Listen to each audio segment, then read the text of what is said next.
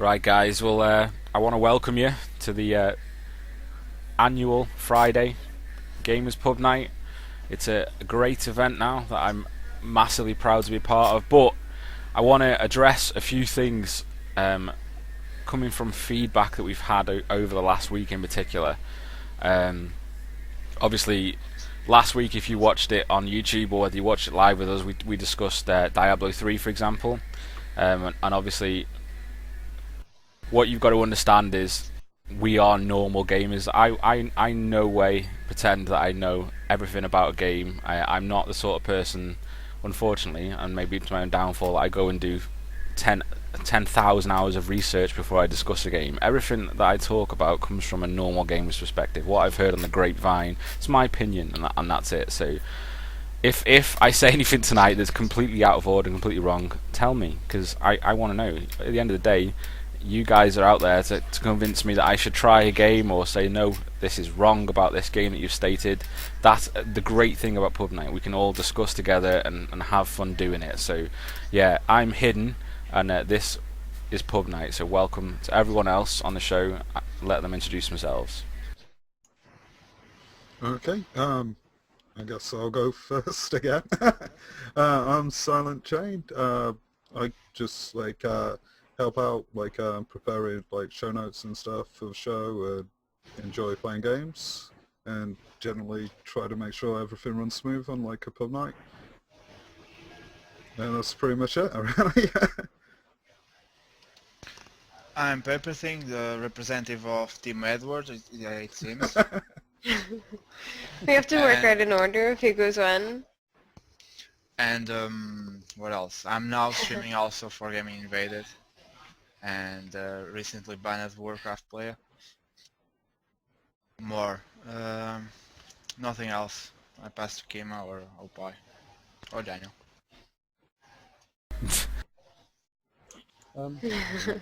I'll go last. Well, I'm Soralis. Okay, well, my name is Kamara. I'm oh, sorry. Guys, can I just say this is the greatest fucking introduction to a night I've ever seen in my entire life. This is heroic. First of all, Just go by the order. first of all, let me tell you this. The whole paper thing, which none of you are going to get a clue on, he's Team Edward because if you look at his Twitter, follow him on Twitter, he looks like Edward from that crappy film Twilight. That's another opinion. Bash me for it if you want, it's a shit film. He's just been banned from World of Warcraft after going back to it for giving gold away to one of his friends, so he now hates Blizzard. Yeah, that fills that in. Kimmer, would you like to introduce yourself, please?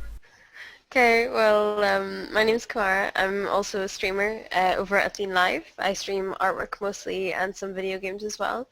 I don't usually play World of Warcraft or many MMOs, but it's more like League of Legends and old games like Pokemon and things like that. So other than that, not too much. I just like talking about games, especially the artwork behind games as well and their design. So yeah, that's it. You forgot you're an artist again. Oh yeah. Yeah. Well, I said that, did I not? That I She stream did. artwork. She did. That automatically insinuates that she's an artist.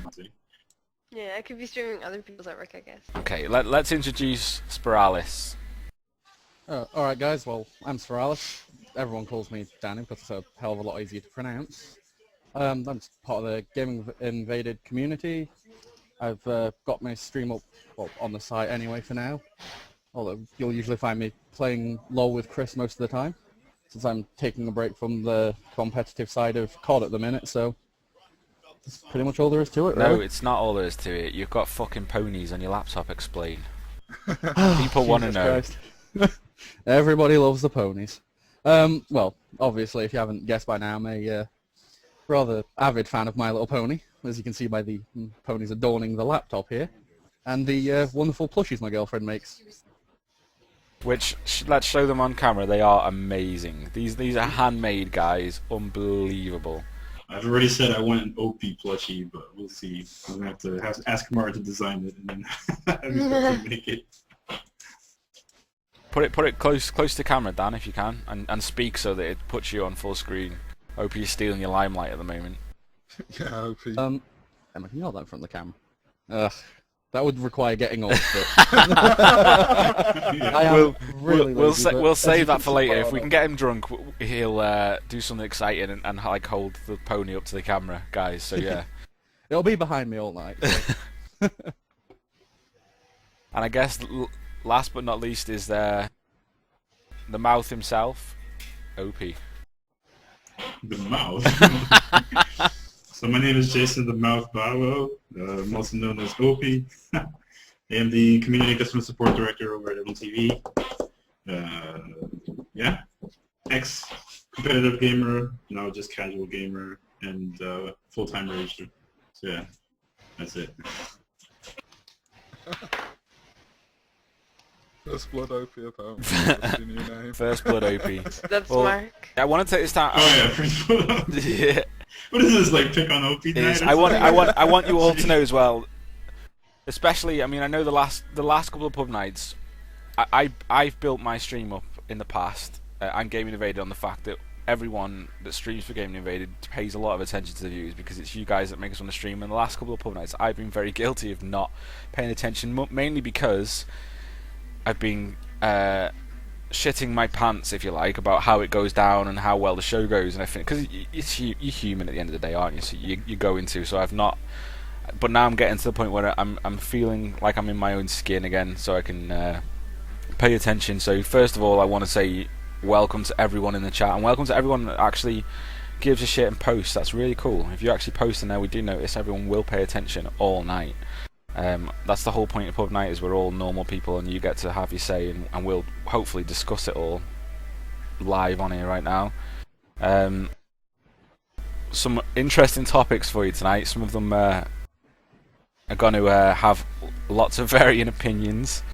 So I guess I'll hit us up with the first one, which is going to be about Mass Effect 3, the ending and the petition. Now, I will tell you this straight away, a lot of people here have not finished Mass Effect 3, so we kind of need to be as clever as we possibly can and spoiler free while we discuss it. But what are your opinions on it? What are your opinions on the ending, the DLC, and just the way that everything's been gone about by those guys?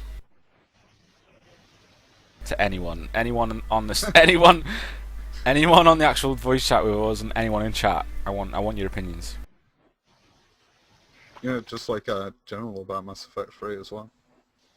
Well, I've actually never played Mass Effect, Well, any of them, so I played it for an hour, and I pretty much don't play it anymore after I find out that the multiplayer is it's co-op. So I was like, yeah, no, not playing it ever again. So I went back to bigger and better things, League of Legends. Well, Well- I've been sorry. Oh, well, I'll let you go, Danny, man. Well, I've been playing a reasonable amount of Mass Effect. I'm about 4-5 hours into it, and the game itself is, well, a lot better than 2, as far as I'm concerned. They've actually added back in all the experience for exploring and everything, whereas it was just mission-based in 2, so it's a lot better in that concern, as far as I'm concerned, What really. version are you actually playing, Danny? Are you actually playing the PC version? Yeah, that's what I was going to get to as well. I played 1 and 2 on the Xbox, but I got the number 3 on the PC. So that's where I seem to be playing all my games now.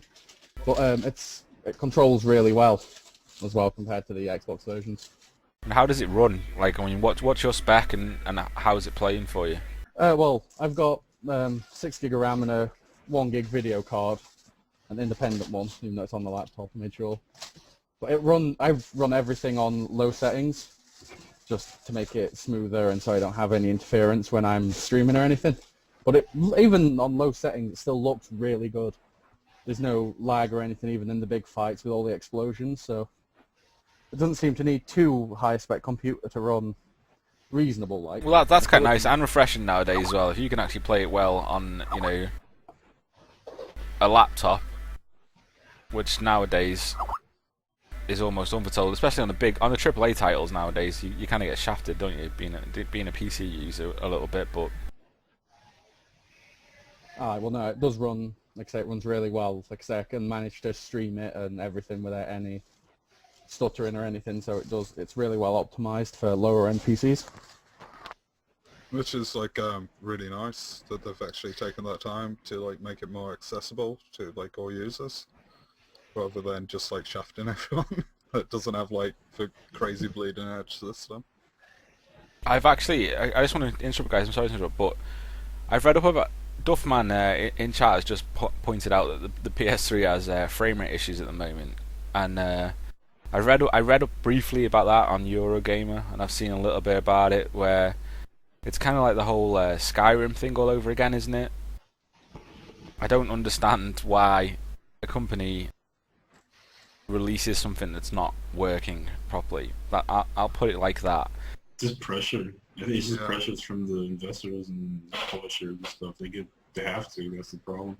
Yeah, Yeah, the they have to make publishers the will money. like Yeah, But it it's just almost- seems more and more games now that they buy the game, you get home, you install it into your PS3, and you're just downloading patches after patches afterwards. Yeah, It's just- well that's it. I remember the Super Nintendo days, man. Patch, what the fuck was that? What the fuck was that? The game just buggy, worked. and be buggy all your life. Yeah, it just worked, and it worked well. And yeah, and if there was a glitch, it was not a glitch; it was a feature. That's the thing. That's what it was. You know, you take advantage of the fact that I don't know you can trap M Bison in a corner and he can't do anything, and that was a feature. Nothing else. It was designed like that.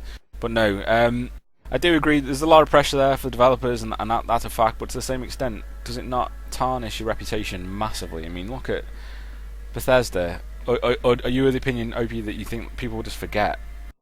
Bethesda Who was. has a PlayStation 3 in here? I've got a PS3. Well, I'll Do you go play PS3. it? Do I play Do you play it at Skyrim? all? No. Do you play Mass Effect 3 on PlayStation 3? I don't know. I There don't you go. personally. But there's No. many people out there. I'm pretty sure Mm-mm. there's a lot of people out there that played Mass Effect on the PS3. Yeah, I mean, it's nice that it's actually available on PS3 because it used to be like pretty much Xbox exclusive on PS2, wasn't it? Apart Yeah. from the PC version. Yeah, the first Nice. one was. BioWare's actually taken the time to like release on all three like major formats because the Wii doesn't count. Yeah, it doesn't count, does it really? But so, none of us actually on here have played Mass Effect 3. Then my problem is that I sat down once to try and play through Mass Effect 1, and I just got to the point where it was like, well, we've addressed this on other pub nights. It's so single player that it's unbelievable. It screams to me. 5 million hours on your own in a room, brilliant. I can't do it. I need the interaction. I need to shoot someone in the fucking face and feel proud that I've shot someone in the face. AI doesn't get pissed off with me if I shoot them in the face. If I shoot someone real on the other end of the computer in the face, they get pissed off, and it's great. It's a great feeling. You can't get that from single player games. So yeah. Man after my own heart. I absolutely would love. And this is the thing. I can never slag off a game like Mass Effect or anything because I would love to be able to get into them. But me as a person, I can't do it. I cannot do it because, like I say, I'm very competitive. I love that scene. I love the interaction with everyone on multiplayer. You know, so. Maybe in the foreseeable future, if we can raise a lot of money for charity and we get huge, maybe you guys can force me to play through Mass Effect 1, 2, 3, and that will probably be a ridiculous thing, but it'll be a nightmare for me having to play through those Chris, 3 single-player games. That brings me to like a point that I wanted to bring up about your character between the 3 games, if you're playing on the same format, actually progresses through like all 3. Which is a really cool feature. It'll like take data from your save file, so the choices you made in like first one, and then choices you made in the second one will carry on and affect how the actual game plays, like, and how people interact with you. That's quite cool. Wasn't there a load of hoo-ha about the PC version not doing that as well, Lou? I'm not. As far as I'm aware from reading up, and know I the I Xbox version could be incorrect, but from reading up, the PC version didn't offer that feature, but That sucks.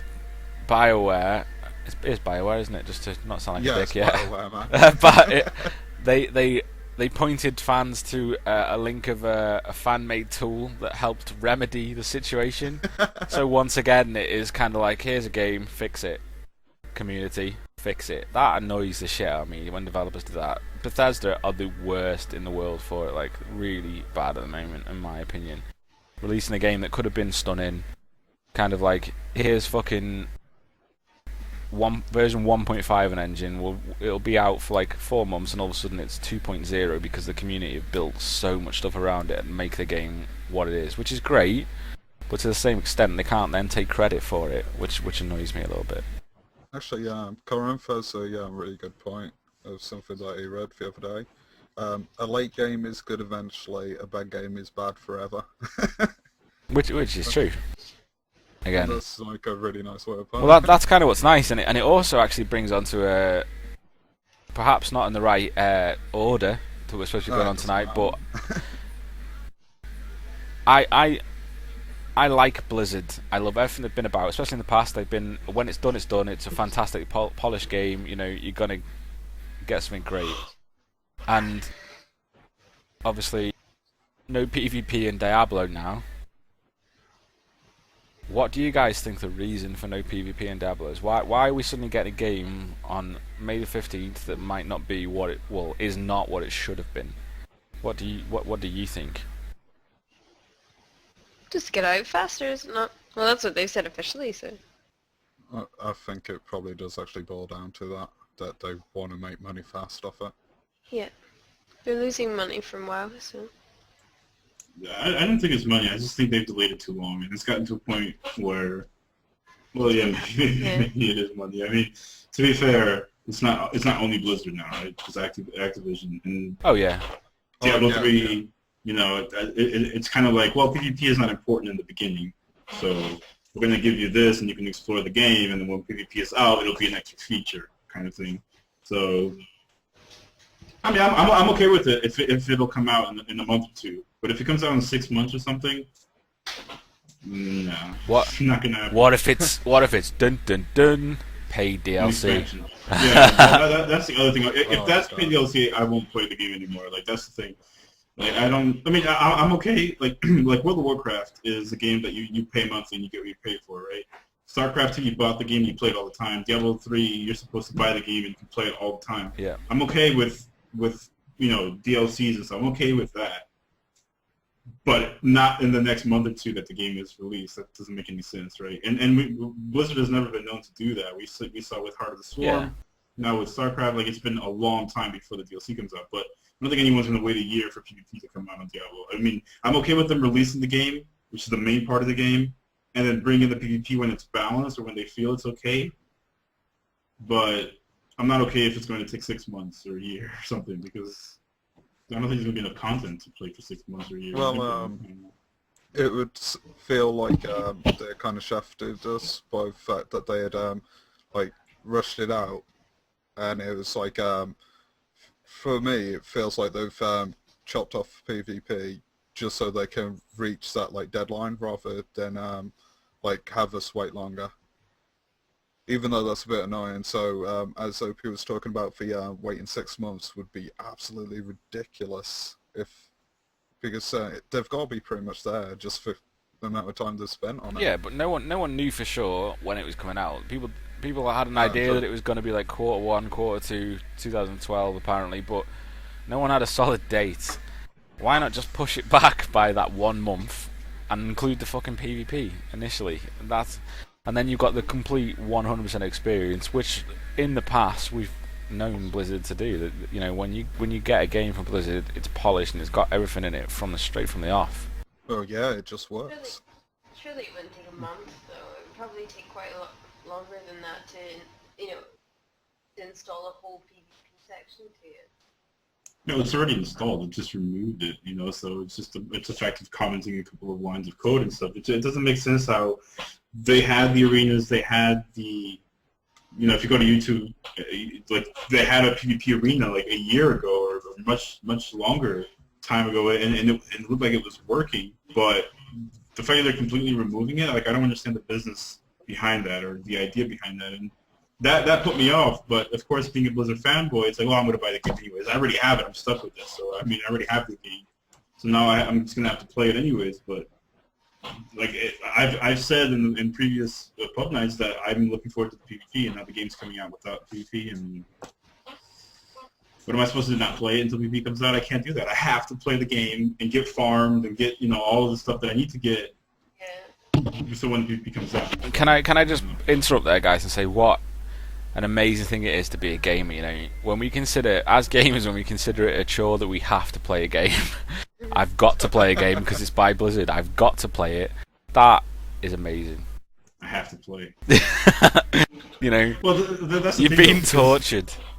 Yeah, no, but like, as someone who works in the industry as well, you kind of feel obligated to know everything about the games that are around you. If you can't play it, at least read about it, right?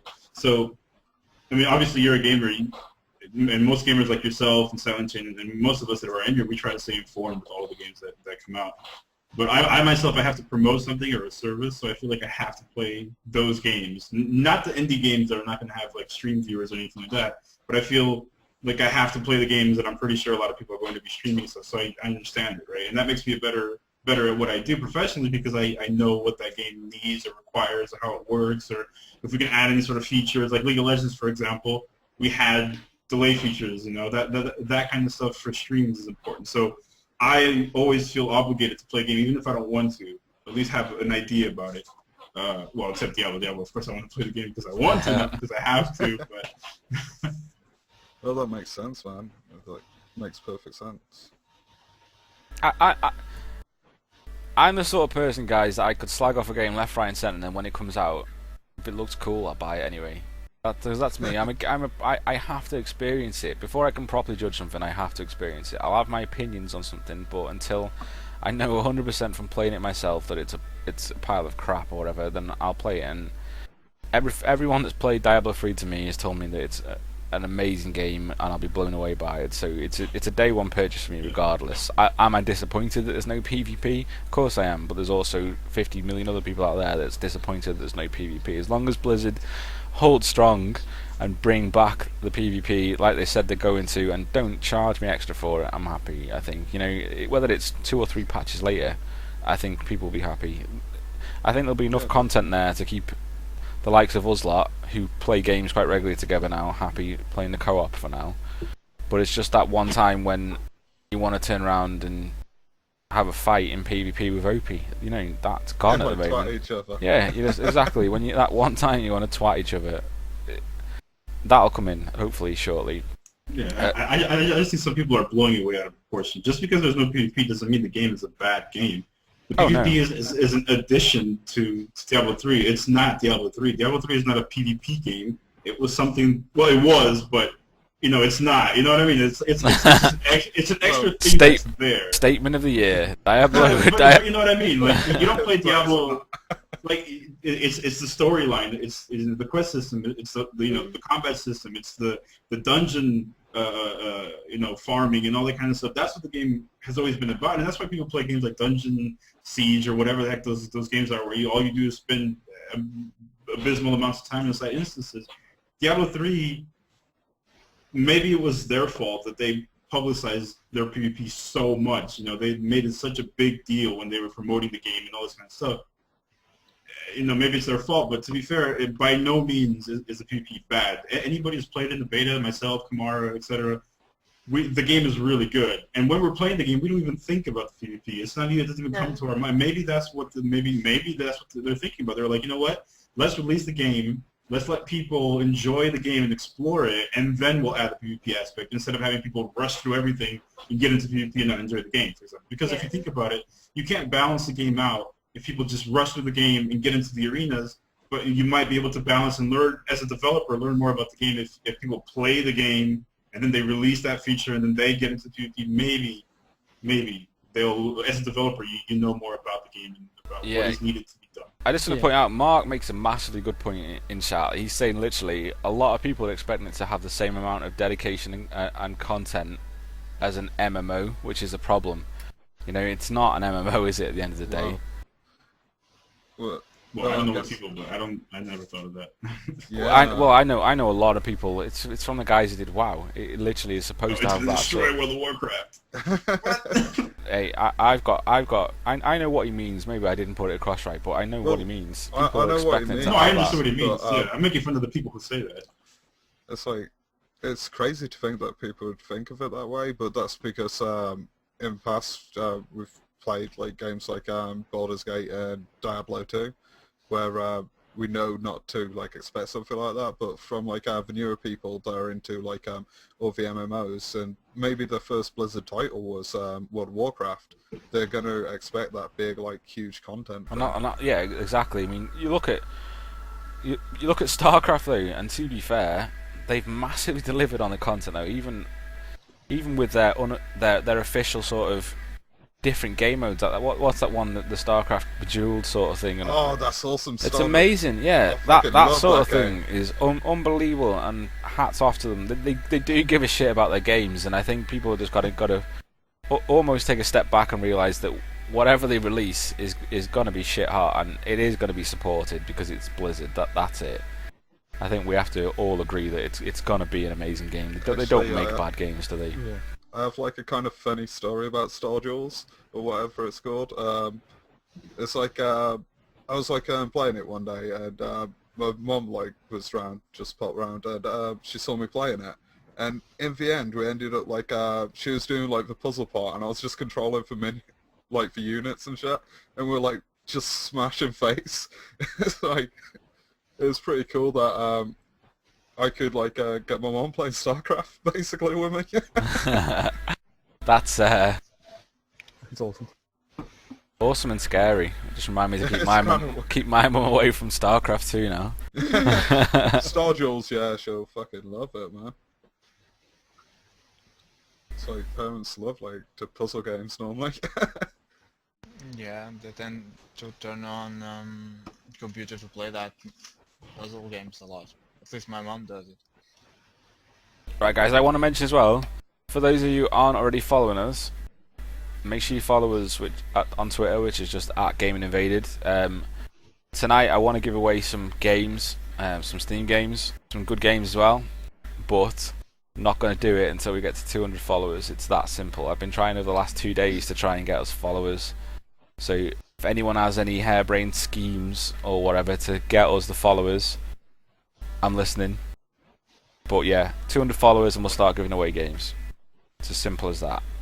On to the next subject, which is a subject after my own heart, because I really am looking forward to this game. I want to talk briefly about Rayman Origins, and this has only been brought up really right now. I know it's been out for a while on the consoles, but obviously it's finally getting its PC release, and most of us being PC gamers, it's quite a nice thing that something like this is coming across the PC, because most of the time you'd be overlooked as a PC gamer and you wouldn't be able to get to play something like this. So yeah, throwing it out there. Have any of you guys seen it, played the demo? What do you think? I've seen like a fair few like gameplay videos, but it's mostly for the console side. It looks like a proper back to basics like fun platformer, and especially with co-op elements that you've got, where it's like 4-player co-op, is it? What? Yep, 4-player platform co-op, amazing. Putting that on my watch list Wow. now. And But you see what happened there? As soon as you talk about co-op or playing with other people, like it just really what? Yeah. Like, that's the thing. Like, oh, another game, co-op. Oh, okay, I'm listening. I played the demo. I played it on the Wii when it first came out at a friend's house, and it was really nice. It's a gorgeous game. I mean, it's one of these games where you go back to basics. Everything in the game is hand drawn. It is gorgeous, you know, especially in high res. And I was playing it on the Wii, and it looked gorgeous. So I thought, fucking hell, it's gonna be amazing on everything else, because Wii, isn't it? It's not high res like. And so I downloaded the demo on the PC. It's only like 700 meg on Steam, and it is unbelievable. Gorgeously drawn, beautiful backgrounds, and the other most important thing with a platform game, which a lot of people overlook nowadays, the controls felt really tight. You know, I've got my Games for Windows controller, and it just felt so tight, really nice. When I move left, it moves left, blah blah. The jump in mid-air and everything felt really smooth, and like Josh said, the fact that I know that there's going to be 4-player co-op on it is just, the icing on the cake for me, really. So and they're launching it at a budget price as well. It's going to be 20 quid from launch. Oh, I didn't know that they were Yeah, doing budget. 20 quid from Oh, launch. So nice. that's what, $30, is it? Something like that from launch, which is 25 to $30. yeah. So Probably around $27 mark. really good in my opinion. Is anyone? Yeah, mate. Sorry, Josh, come on. Oh. Oh, yeah. Sorry, I wasn't paying attention. I'm failing on Twitter hard. I keep typing things wrong on Twitter, so I keep deleting my shit and makes me go. Oh no, it's fine, man. Yeah. Well, it's just nice to actually have a platformer that I know I'm probably going to play. Because I'll buy platformers on my consoles and then I tend not to play them because I tend to do most of my gaming on my PC. So having the opportunity to actually have a old school style like platformer is like really something cool. Yeah, knowing it's co-op as well is probably what will make me want to end up getting it. As much as I love platforms, I just can't bring myself to play them if I'm on my own most of the Yeah, time. 100%. Some of the most fun I've ever had though is on like New Super Mario Bros. I'm sorry guys if you can hear her hair dry right now. The other half has decided to blow dry her hair in the room. I hope she's feeling better, by the way. Yeah, hearts for Katie. She's feeling a lot better. I've actually had to ask her to watch telly downstairs so that I can still listen to music upstairs. And now you're being greeted by the sound of a hairdryer. Which is, hey, it could be worse, guys. You could be tuning in when she has Glee on the telly. Hey, I like Glee. What the hell? I like Glee. What? Respect lost, OP. Oh dear. Instantly. I don't care. Oh, good. I like Glee. Glee is good. Anything, I like music. I like Glee. I support OP. Can you call Thank you. fucking Glee And to music? be fair, Oh my god. Diana Agron, like the blonde girl, is so hot. I'm just saying, she's so cool to look at. I don't care, man. Like, I would rather gnaw off my own testicle than fucking be stuck in a room with any of them guys singing some fucking thing to me that the band instantly knows. There's no fucking rehearse. Oh, let's do a song. What song would you do? I don't know. Let's do fucking Humpty Dumpty, and instantly the band know. Oh, I know every fucking note. Fuck off. Life doesn't work like that. No. It's a My favorite musical. episode was, it's a musical. My favorite episode was the American football one when they're doing the fucking Beyonce knows put a ring on it and everyone's man, wearing it was American epic. football suits. That shit was epic, man. No. No, Glee is Bad. awesome. It's bad. It's bad. Next Chris, subject. they are supposed to know how to dance that music. They are supposed to know how to sing it and invent stuff because it's a musical. Okay, That's how let's musical make Gamers Pub Night a musical paper, and I want you to go and learn Aqua Barbie Girl by the time we come back off a break later on, and perform it to everyone. I sing at that. I sing at Feel Gently. I had a light on my Okay, head. you want to That's sing enough. Tenacious D Fucker Gently? That'll do. That's fine. We're You allowed. can sing it Richard. through again, like through a break or something to entertain Yeah. the viewers. Okay. Well, later on, We need a better guys. microphone. Later on, guys, you will get to see Paper Thing, aka Team Edward, perform Fucker Gently by the legendary Tenacious D, live on Oh. Gamers Pub Night. Yeah, that's what I was going to mention. You won't catch this on the YouTube video, so you better tune in for more exciting stuff like next week. Right, guys. Shameless plug. Project Zomboid. Oh, hell yeah. Fun. Who's actually played it? I didn't. But So it's fun. it's- So Paper says it's fun, but he's never played it. I watched the YouTube videos and well, you can see it's fun. You I can could see say it's something, fun. but I won't because I don't know the ages. So, on so, the, so on for the $5 or whatever so- it costs, it looked that much fun. Have you bought it, Paper? No, Sport indie devs, dude. but anything that prepares you for a zombie holocaust is supposed to be fun and educative. Yeah, it'll educate us how to like survive. the Paper, we apocalypse. live in Portugal, man. We walk around with zombies every day anyway, so I think we're pretty much prepared. Oh, you live in Portugal. I'm actually living around Europe. And rub it in. So okay, well I can tell you straight now, Project Zomboid is an indie game which has a history of having an absolute nightmare in regards to being developed. I mean, the guys. Unluck. Oh yeah, the guys literally are a tiny development studio, as you can imagine, and they've ran into things like when they first started selling the game was like pre-order.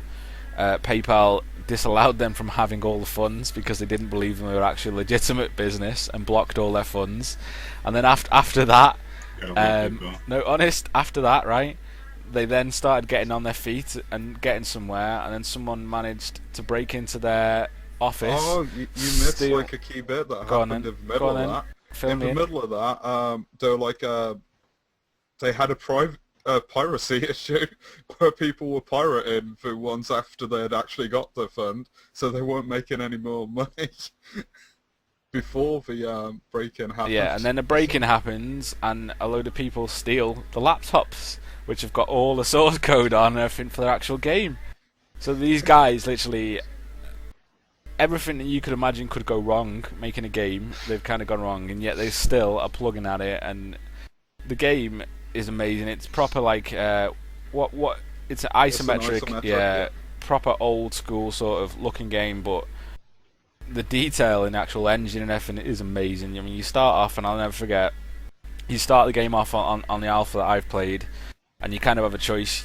Apparently, your wife's been attacked by a zombie, and she's in bed poorly. She's got a bleeding leg, right? Now, this is like a proper RPG game, so you can kind of decide how you want to help her. You can either like bandage up the leg, or if you're like me on the first playthrough, I decided that, you know, what would my girlfriend want if she was bleeding to death from a leg? Well, she'd want another pillow, you know, she'd want another pillow, she'd want to feel comfy in bed, right? So I went into the cupboard and got this pillow out and offered her the pillow. Well, of course, the game then thinks that I'm trying to put her out of her misery and suffocates her. So yeah, that's the sort of game. That's the sort of game that it is. You know, you can go to the medicine cabinet and get the bandages and fix a leg, or you can get a pillow and suffocate her, or whatever you think is gonna progress your story more. But guys, I mean, this game is cheap as chips, you know, and it is well worth your attention. And the best thing about it is they are adding multiplayer to it as well. OP, ears prick up, multiplayer, and it's alpha funded at the moment. This game's going to be quite expensive. I think it's going to be about $20 when it finally comes out. Right now, I'm pretty sure you can still get it for. Is it about $5 right now, Josh? Still? Well, it ranges in price. I think now they've actually properly set a price, like on Desora, but before it was like you had like free pricing options, like $5, $10, and $20, I think. Yeah, but it takes the same. It's the same development sort of thing as Minecraft, where once you own it, you own it. You know, every version that comes out, you will own. So it's well worth investing. It's definitely a game that's going to be huge in the future. Well, they've just released like a new public like alpha build that like everyone should be able to play, I think, which is pretty cool. And another thing I wanted to bring up is also, since we're talking about the start of a game, it's like it doesn't start off with like you killing your wife, but it starts off by saying this is how you died. So the actual experience is showing you how you live like your last few days. Oh yeah, you cannot beat the game. There's no way. You've just got to survive as long as you can. You're going to die, and that's it. And it literally is, you know, going for that. I mean, obviously, as set timed events, the things that happen, but you can plan for different ways to react to the events and stuff like that. It's very, very clever game. And like I say, indie, so we need to support these sort of creative minds. We need to support massively as gamers, and this is the sort of game. Where can you actually get it? Desora. Yeah, Desora or the actual Project Zomboid website. Yeah. These are the sort of games you're not going to get on consoles, guys. So these are why we're PC gamers, and you should enjoy them because they're the hidden gems that Joe Bloggs is not going to have played. And when you talk about suffocating your wife with a pillow, he's not going to have a clue what you're on about, but you're going to be secretly smiling and thinking, yeah, I did that as well. You know what I mean? These are the people we need to support. I did it. So what is the download link? Oh, sorry. What? You had the balls to suffocate your wife? The download link for Project Zomboid. Can someone sort out? For Desora. Desora. Desora is just Desora.com. Desora. And I Google it, and you can't find it on Google. Like, for some reason, I can't find it. Okay. Desora is basically they've tried to make an open version of Steam for indie developers, and it's a gorgeous little program. It's basically Steam, but It's in IRC channel. yeah, it's there for you guys. It's Desura, not Desora. This way. Oh. Yeah, that's why I was Guys, doing Desora. I'm sorry for not being fucking bilingual and all this bullshit. No, because I was looking at some Korean website, and now it's like, oh, this looks proper or good right here. There you go. Yeah. But no, these Desora is actually by is it indieblog.com? The guys that are actually behind it. They basically support indie developers massively and mods as well. And mods. But the best thing about ModDB they actually support as well. But the best thing about it is, guys, is that they're trying to make it open so that everything works on Linux, Windows, and Mac from the box, which is fucking awesome. The fact that they've got a Linux client. I mean, I've got Linux on my PC. I dual boot with Windows, which is irrelevant. But the fact of the matter is that I can go into Linux and I can still play all my projects Zomboid and all that, which is really nice. That's all Steam are missing at the moment, in my opinion. But yeah, and it does. Duffman has a nice point. Desora does like all the installing for you, like on like all the mods, even with Steam, which is like a really cool feature. And it's another profile you can make, guys. You know, you can sell yourself. It's another profile you can say, look, hey, I'm hidden, drink beer, that sort of thing, and you can have a hand-drawn picture of yourself if someone's done that. If someone's nice enough to have done a hand-drawn picture of you, you can stick that up there. You know. Come on. Exactly. So it's another profile you can have. I know a lot of people that will put you off straight away, but you should do it. At the end of the day, it's free. And you can still play. There's a lot of free games on there, definitely. Well, one of the things also that I was going to bring up is if you're like one of the people like most of us here that like are into like the Indie Royale and Indie Gala bundles, they always give you like Desora codes as well. So if you like brought those in fast, you'll like have like a huge library of games to start off with. So for the likes of OP last night, who bought Indie Royale bundle and then seen his bottom because some of the games didn't work on Steam, those games will also redeem on Desora. So yeah, so even though we're given to charity, I don't even remember what my other keys were. I just used the Steam ones. Yeah, but those are the keys for Desora. You might as well start your collection. They're free, man. Yeah, that's pretty much what I'm going to do. I'm just sitting here looking at my Nuclear Dawn and Day of Defeat source icon, so I'm That's later. That's later, man. We'll get around to that. Impatient. Just eager to start, man. I've been working all day, so... Right, guys, I guess we should move on to the next thing then. But yeah, if you want to be a hero and you want a free Mars bar, get Project Zomboid. Serious. Free Mars bar. No one can comment about Mars bars. I'm the only one who's allowed to comment. You cannot comment. Wow, Paper has the story. Mars bar. I know. You can win that. You can win. By the end of tonight, if we can get 200 followers by the end of tonight, you can win that Mars bar. People will sign it and send it to you. And rub it all over his hair. And rub it all over his hair, and then and he will send a picture of himself, sign, and it'll say Team Edward on the picture, guaranteed. If we can get to 200 followers on Twitter, guys, so come on, do your shit, do what you do best at, and fucking spread lies and say we're amazing. Next fucking subject. Mech Warrior Online. Now I've got to be self-confessed. I do not know a lot about this. I've played the Mech Warrior series when like Mech Warrior 2 when it was amazing. And the only reason I played it was because it had amazing graphics and all that sort of stuff. But I never liked the gameplay personally. But so what's not to love about giant robots? it was never Transformers for me. That's the problem. It was never Transformers. It didn't. The giant robot did not then convert into a fucking car. And that's the problem. More Western giant robots. It's still a robot. With lasers and missiles. I agree with Paper. It's still a robot. I think it's got to be a cool robot though, and to me, like I say, it was always a dude in a suit. All right, it was a big suit, but it's still. Like, from what I know about this game, isn't it like World of Tanks? I mean, isn't it that kind of style where you just kind of pick a robot and just start PvPing or whatever? I believe, yeah. There's also factions as well. Don't you know? Is it out yet? Oh no! It's, you can just like at the moment you can just like sign up to register your pilot name, and feature will start soon, but it hasn't been confirmed fully for the actual date. This the actual trailer was released at GDC this year, and if you're not a fan of Mech Warrior games, it's like well, if you're not a fan, because you wouldn't be interested, but if you don't know what they are, it's basically you're a freaking giant robot and you shoot each other. Yeah, what else do you want to be? I mean, that's perfect to me. I'm gonna go sign up now while everyone else in the chat goes sign up. So there you go, guys. Go and sign up, register your name, and make sure you register Opie before he does, as the unique pilot. Look at him racing now, guys. This is a man under pressure right now. Why? There's also a fair bit of strategy to it, like choosing what loadout you have and things like that, which is really cool.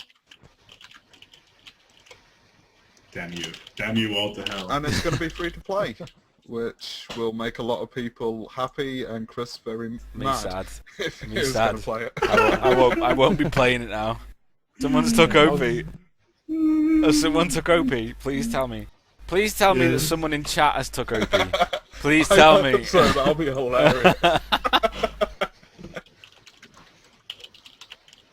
But yeah, I was just looking up about it, and it's free to play, but they've not got the pay for your skill or whatever. It seems to be like LOL.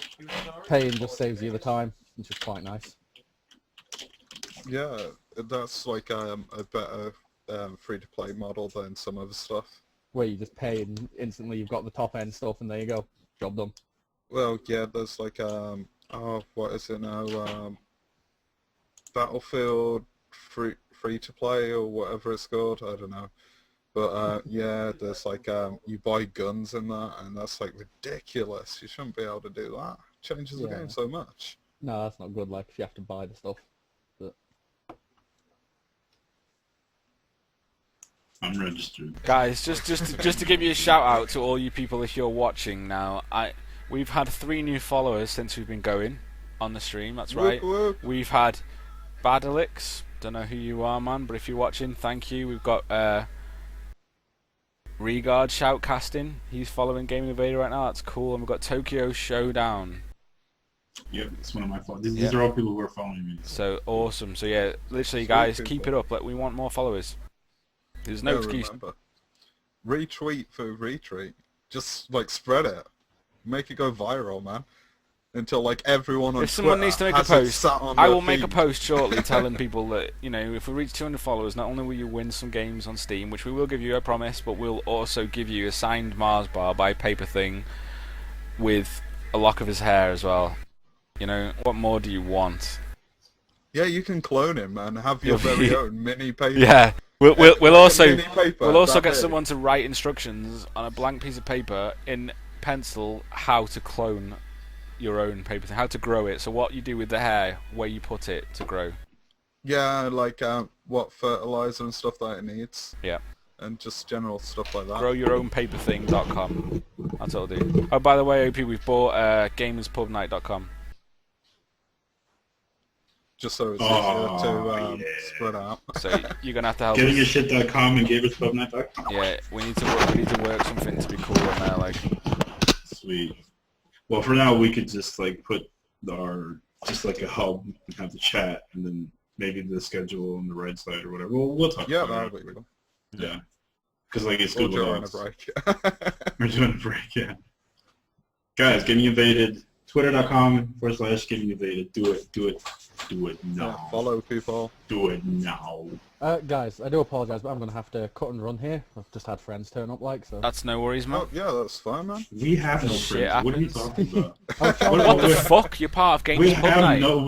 Yeah, Why do what? you think us sad bastards started this thing? You cannot be Why a do member. you have friends? Just in let that me cannot live the be a lie. member now. Come on, let me do it. But And yeah, you mentioned you had a girlfriend as well. Like I don't have one. How can you have one? Like we're I'm just gamers. awesome. I can multitask, man.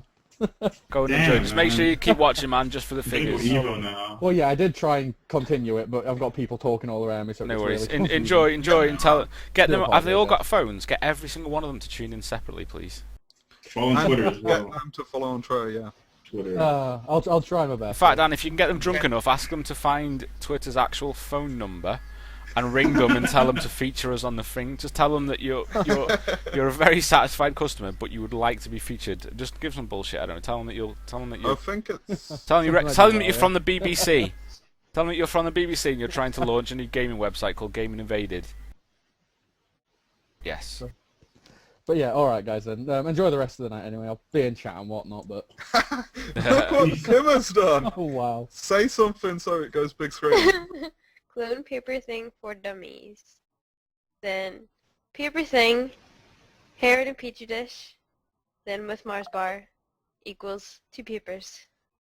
Okay, guys. So if we can get to Thank you, 200 Kim. followers, we will give away the Mars bar signed, and that artistic drawing there will also be signed by Kimmer as well. So there we go. So the instructions signed by Kimmer will be there. We'll get everything, and I will pay for the postage, guys. Don't you worry. Before you think I'm stitching you up.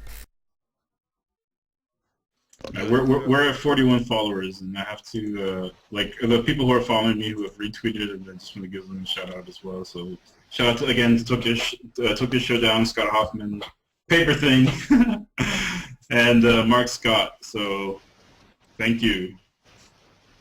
That's my mark. Oh really? Let me go Yeah. follow him because I know who it is.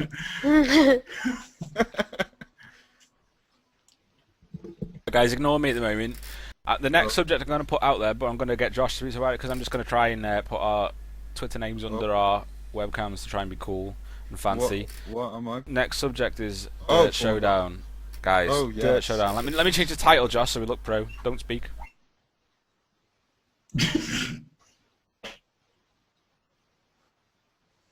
Oh, it's cool that you don't have to fix the bar after someone left. That's kind of cool.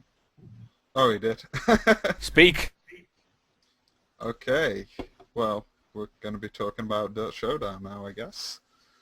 Which is a series of racing games, if any of you didn't know what the Dirt series was.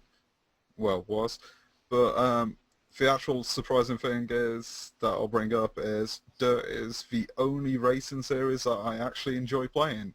I hate racing games in general, and I love Dirt. It's just absolutely amazing, and Showdown is the new one that is going to be coming out soon, which is an awesome off-road game. It's like, well, you have like the off-road stuff. It was like Dirt is an offspun from the Colin McRae like rally series, and Showdown is a new spin-off from that. Has anyone else got anything to say on Dirt Showdown? Why is it different than any other racing game that makes you like it more? Oh, you have like lots of fun like game modes and stuff. It's like there's like a zombie mode, which is just amazing. Where like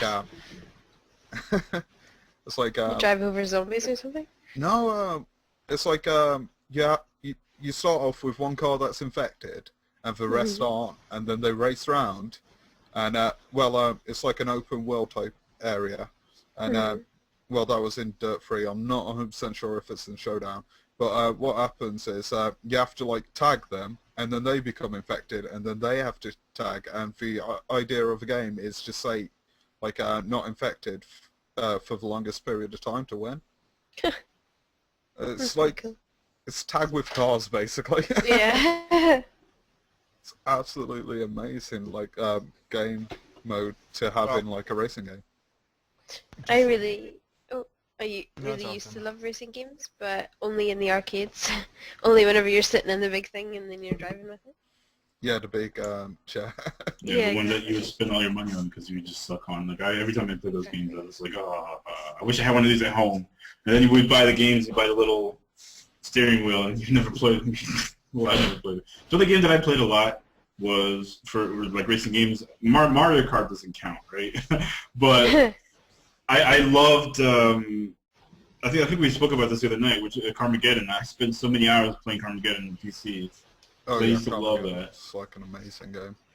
We actually Okay, did. we're gonna get some We time. actually didn't speak about this the other night. We spoke about it the other night when not on pub night. So these guys won't have heard about it. So you better Yeah. elaborate. Carmageddon, guys, is a game that if you haven't played it, you don't just deserve to call yourself a PC gamer. It is one of the best racing, smashing, killing, running over pedestrian games I've ever played in my entire life. And I remember queuing up in Virgin when Virgin was back a store in the UK and getting this game, and it being an 18, I had to get my mum to get it me and all that sort of stuff. And this game was just unbelievable. I mean, it was an open world. You could drag, an open map, Actually, massive maps. Go on. Chris, on what Duffman's just said about he thinks of making a new one, they definitely are. There's definitely a new one coming out of Carmageddon. Well, that's what I've read. It's a remake. The original guys, SCI, are making it, and it's called Carmageddon Reincarnation, I think, or something I like thought that. it was silver, whatever. No, it's stainless steel. Carmageddon was... Stainless steel. That's Yeah, the one it's that I thought. SCI. Yeah, that's what they are. But anyway, they they're remaking again. The ones who actually did Carmageddon 1 and 2 are coming back. They did a third game called the Death Race 2000, which was a pile of crap.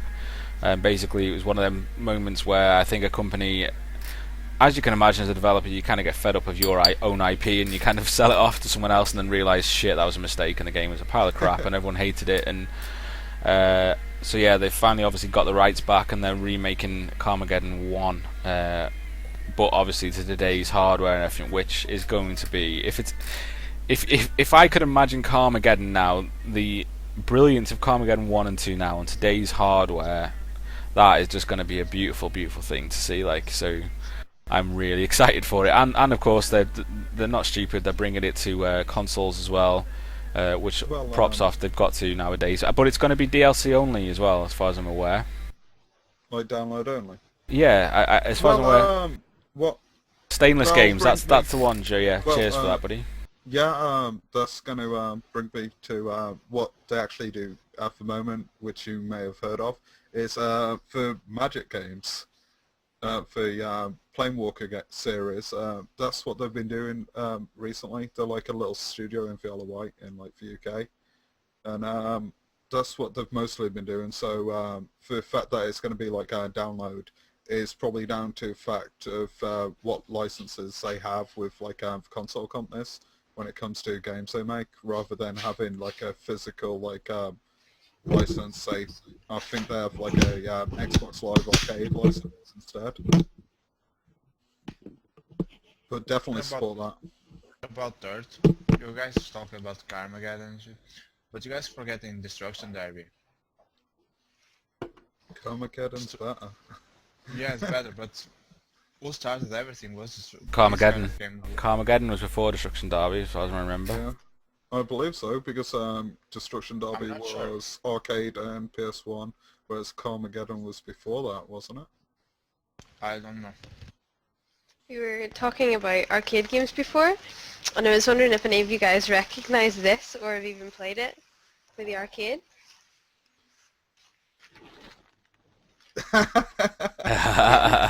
Dance. Yeah. No. It's so good.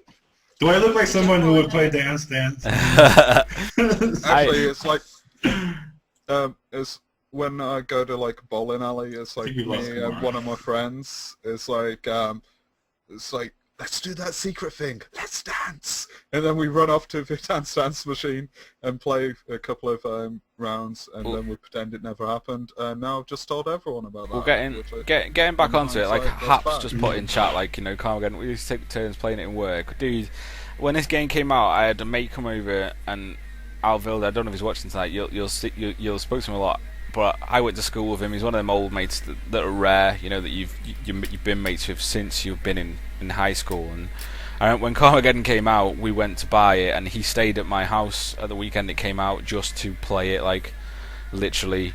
We stayed up all night playing it, and that game, I don't know, just everything was cool about it, man. The fucking main guy in it was called Max Damage, for fuck's sake. Max Damage. What a I fucking used that name. nickname for so many years. What a name. You know, that is just inspired, isn't it? I know the Twitters are not lining up at the moment, but Kimmer will join back in a second, so hopefully it will correct itself. But yeah, max damage, guys, amazing. Apparently Destruction Derby was first. was That's correct. fantastic. Yeah, it was. Yeah, it was. Okay, well, there's a complete difference though. Destruction Derby was just about crashing cars. Carmageddon was about killing people and crashing Well, cars. And on the consoles, wasn't it killing zombies rather than people? No, Because that they was break- actually that was in Germany, wasn't it? Over here it was fine because Okay. you had I remember you had I even had the expansion Carmageddon Splat Pack. You know what I mean? Fucking going back like it's amazing. like Carmageddon is like based on that awesome 70s film like Death Race. Yeah, except Not what I the loved. remake, guys. What? Not No, the not the remake. remake. You know what I love about it was the fact that you literally could go anywhere. I remember, oh Christ, what I loved about it at the time was I'd play the demo for over and over again just because you could go off a jump and your car would act like you'd imagine a car would act. It would flip in mid-air and then roll over and do that back then was like. That was pioneering, wasn't it? You didn't have that. You played your rally games like WRC Rally and all that, and your car would just roll over this generic roll. I mean, Carmageddon, you'd hit the corner of a building, your car would flip like fuck. It was amazing. Oh, I'm sad now, guys. I'm sad. I want to go and play Carmageddon. I want the new Carmageddon. I've Yeah, got so- like a version on my Game Boy Advance of like the original, which was really cool. I spent hours playing that. It's like the only time that I've spent time playing my portable consoles. Right, guys. I tell you what. We've got more to talk about than we should right now before we go to break. But I'm going to put us on a break early because Kim is obviously having connection issues. We'll get Kimmer back, and I need a beer. I'm selfish. I want a beer. So let's let everyone reconvene in 5 minutes. So I'll go and grab a beer. Everyone can have a toilet break, and we'll be back. Right, guys. So the next game that we're going to talk about, I really don't know a lot about because I don't really play on my PS3. So I I guess. thought we were going to continue talking about that, but okay. Oh, Dirt. Well, if you want to continue talking about Dirt, the only thing we can talk about is the fact that I made. Well, you I didn't really have your say. Well, my say was that I made Josh buy Dirt. I think that says enough. This is a guy that hates racing games, and I made him buy it. And you've just heard what he's had to say about it. And there's nothing I like more. I mean, if you guys watch us in the week, you'll quite often see me and Josh raging about stuff. But there's nothing more hilarious than watching Josh rage about racing. Because he doesn't really rage, he just kind of gives up before he's even begun and just accepts that he's going to, on the next corner, flip his car 5 times and laughs his head off. It amazes me because me, as competitive as I am, and Josh is a competitive gamer, but as competitive I am, if I'm coming last by like 10 laps, there's no point in me playing the fucking game. The game can fuck off, people are cheating. They're cheating, but Josh just carries on like a trooper. Carries on going round there to get and at the end of it when he passes the finish line and everyone's whinging because it's took him 50 years to get past there. All you'll hear on Josh on my stream is yay. Exactly like that. That's amazing, guys. If a racing game can bring that out of Josh, you're on to winner. So Codemasters, yeah. Dirt Showdown. Well we're looking forward to you. Yeah. I'll put this out there. Josh is the one that literally will help us every week and get the show notes down so that we know what we're talking about because that's how it works. You have to have something behind it all. And I was as surprised as anyone this week when I learned that Josh had actually put the Showdown in the show notes. That amazed me. That took me aback so much. That proves to me. Yeah. There you go, guys. Amazing. But he loves Dirt with the assists on. You ask him to turn the assists off when he can't turn the first corner on a race. When it's realistic mode, amazing. In fact, guys, it's something we'll sort out. In a week, we will sort out Josh. We'll sort out a stream for Josh on GamingInvaded of him doing a race. Oh, you want me to stream Dirt again? Yes, we'll stream Okay, him I'll sort that doing a out. race with no assists on. And you can watch the hilarity that will ensue. It's amazing. Yay, Gymkhana mode! I love that. Yeah. Sorry, Josh, go on. I was just gonna move us on to our next topic. Okay.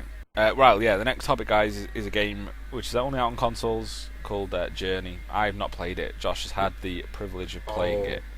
It's amazing. Apparently, it changed his outlook on life. He now It prefers. didn't change my outlook. He now prefers boys to girls. Apparently, I'm joking. What the It fuck? doesn't have. It doesn't have that much of an impact, guys. I can promise you. I'll No, let him. that's I'll let him completely tell different. you about it. There's Chris. That's exactly what I'm talking about. You got exactly his beard and glasses. And What does it say? Noise, noise, noise, noise, noise. To you, Kimmer. You fucking troll. Oh dear. But now, back onto Journey. It's just an amazing title. I mean, you've got this. Well, I'll sum it up, and it's going to sound really shit. The aim of the game is to walk from the start to a mountain, which sounds really shit. Like, But let me put it out there straight away. We had a discussion earlier today, and it is very similar to Dear Esther in a sense that it's designed to be an experience, which I can't. oh yeah, it's If you'd have definitely told me, an if you'd have experience, told me but- about it a couple of weeks ago, I'd have been like, "Oh, what the fuck? There's no point to it. It sounds shit." But after playing Dear Esther, guys, listen, because I'm half tempted to go on my PS3 and get it myself, and I don't play my PS3. I'm like, Well, it's there, but I don't fucking play on it. Like, it was like the first game in an extremely long time that has made me actually feel for the character. And it's like the character doesn't even say anything. There's no there's no voice acting at all. It's just all set by the ambient music and the actual lighting of the environment that you're walking through. And you really feel like you're struggling to get to this like the end area, which is the Paper's doing some weird thing with snack sticks. But no, you actually feel like it's like a struggle that you're trying to get there. And it's like, it's just a stunning like game with the visuals and everything. I mean, it's got an amazing like physics system because you start off like walking through a desert and like the sand interacts with how you're walking, how you'd expect the sand to act. It's like you've got like when the wind's blowing, it's like the sand like billows across and like moves, and you leave like a path behind you as you're walking along.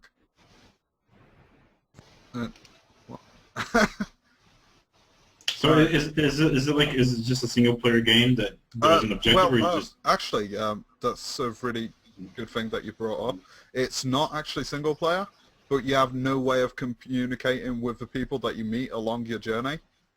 So you can decide to help them out, like help them reach the goal on the journey with you, or like just move on by yourself. But you never have any way of communicating until the very end. You don't even know who they are. It's like they're just there, and you like bump into them on your journey. is this the game that TV was talking about? Is it like Space or anything like that? Because I remember there's another game that's out there that's exactly the same kind of thing where you bump into people online, but it's not. You don't actually interact with them. Like you see them, they actually get into your world, and you go into theirs, and vice versa. I mean, but No, you don't never talk to them. it's based in like a desert, and then like different areas like that. You're trying to get to like a mountain is the end goal. Because I keep hearing great things about this game, but I've never actually seen the game or seen a trailer or anything like that. So. it's gonna be one I of, watch it. it's got to be one of those games that at the moment we acknowledge it's there, but as PC gamers, it does not exist properly until it comes out on PC. When it comes out on PC, we will make a massive hoo-ha about it, and it'll be the greatest game to mankind. But until it comes out on PC, I'm sorry, developer, but you're kind of shafting yourself from us lot. And we're the intelligent guys. We play games on PCs. What more do you want? But no, it does, from what I've looked at it myself, joking apart, it looks really nice, and there's no excuse for this sort of game not being on PC. That's the thing. There's absolutely no excuse, Yeah, it should definitely be on PC. especially with how well. What's that other game that came out on Xbox Live that did amazingly well on PC as well? The gorgeous black-looking game. It was a black Limbo. platform, Limbo. Oh yeah, that did Yeah, really Limbo. well on Xbox, but then came out on PC and. That game is gorgeous, an absolutely gorgeous game, and did really well on PC. And a lot of developers now are shunning PC and then realising, shit, we actually should have just released on PC in the first place. Alan Wake is the biggest example of that, you know. The Alan Wake, of the guys that over there, Remedy, obviously the people that invented fucking Max Payne, have just announced that they've doubled the sales for Alan Wake since it came out because they've released it on PC. All of a sudden, they've sold as many copies on PC as they had the entirety that's been out on Xbox. That's fucking 5 years or something like that, is it? 5 years it's been out on Xbox now or something, Josh? something ridiculous, or 3 years. Is it? I don't know. Anyway, Wow. but yeah, so Is it the same price? it's 22 quid for the collector's edition on PC. Like So it's still cheaper. well, A hell of a lot cheaper. well, it's not though, is it? You can go and get Alan Wake right now on Xbox for about 8 quid. Yeah, but not with all the DLC. That is All right. Okay. So all right, we're going to buy a second-hand copy of Alan Wake for Xbox, which costs you 2 quid, and then the DLC is only about 4 quid for the 2. I think it's 1.99 at the moment in Microsoft points for the 2. Fair enough. But yeah, so no, it's just nice, and they've acknowledged it as well. That's the thing. They've turned around and said, you know, it's fucking great. They're the ones who have fought. It was Microsoft, incidentally. They wouldn't allow them to release it on PC in the first place. Ironically, they've fought for the right to sell it on PC, and they've won the right. And I think they've proven something to Microsoft. Hopefully, that, you know, which you wouldn't think. Like, what the hell is that, Kevin? I just it's a dog. That dog. I just It saw just looks like a fucking wig. It's I thought Kimmer was going to put a looks wig like a on. monster. I honestly thought that Kimmer was going to put a wig on then. Kimmer, put him on your head. This is like the most human dog you'll ever meet. Come She on. actually hugs. Kimmer, And put him on your head. My sister cut her face hair so that all around her nose is really short. And then I the thought rest you were is saying your long. sister cut her face hair, like your sister had a beard. No, no, That's what I the understood dog's as well. face hair. The dogs are her. I mean, the dog's Right, face. so I saw the trailer now of Journey, and that looks pretty good. So I guess it's kind of like, I haven't played Dear Esther. It's on my two playlists. I have a 2 playlists, and it pretty much seems like it's a story, and you just play it from start to... Is it like a 2-hour game or something? Yeah, it's about 2 hours. It took And what's me the about price of this? it was $9.99, I believe, in Yeah. English pounds, so that's about $15. Yeah, it's about, Euro yeah. mark. So that's pretty good. It looks interesting. I like the look of the characters and stuff. So I think we're gonna see a lot more of these games, like Dear It's Esther. like was Dear Esther. watching I think Josh. Dear Esther's been a massive success, hasn't it? I mean, you look at it and it's like, oh, well, what? It's like $7.99 or whatever for, well, I think it's $3.99. But you only played it once, and blah blah. I never get that game. I would have happily paid $9.99 for that game. The experience that I had while playing it, although it was only 2 hours long, it's clever, man. It's art. It is going back to the basis that, you know, you can see it's artistic. It's fucking Well, geniusly written. Yeah, like games like Dear Esther and Journey, like really blur the boundary between what is art and what is a game. And It's, that's nice. that's what I was You pay for thinking. that, and that's it. You know, but then you do a complete circle to the discussion we were having the other week, where, like, well, hold on a minute, I paid $5.99 for Terraria, and suddenly people are bitching that the guy's not supporting it anymore. Well, he's supported it for how long already? He's now going on to do another game, blah blah. Oh, Why does one genre allow to get away with it and another is not? I guess that's a good question. I was watching Josh streaming it, and at first it was like, what the hell is that? But after you're watching like for 2 minutes or 3 minutes, you are, damn, it looks good. And the music is like, just the Yeah, ambient, yeah. it's everything. It's amazing. It's astonishing. It's That like man is saying... Oh, sorry, go ahead. I was just gonna say, the music is like one of the key things, as well as the lighting and the colouring of the scenes that actually like takes you on this emotional roller coaster, because there's absolutely no like writing or voice acting at all in it. But, Yeah, and when you touch it, the scars touching each other, it starts to shine and shit. It's awesome. The game looks cool, very cool. Duffman was saying that the people behind Dear Esther are going to be working on the next Amnesia. Wow. Said hopefully they'll get a decent ending then, because the first Amnesia ending was absolutely pish. We can't talk It was about really bad. that. No, I'm not going to say what the ending was, but it was really bad. yeah, Chris gets scared of amnesia. Chris doesn't want to talk about it because he's too scared. Amnesia. I'm sorry, wasn't the end of Amnesia, there was 2 endings you could have, and people were upset about, or 3, people were upset about all 3 of those endings. I mean, if you guys are never going to play Amnesia, go to YouTube and just look up the ending. It's pretty bad. Like, I myself went to go see the ending, and they were all bad, so... Yeah.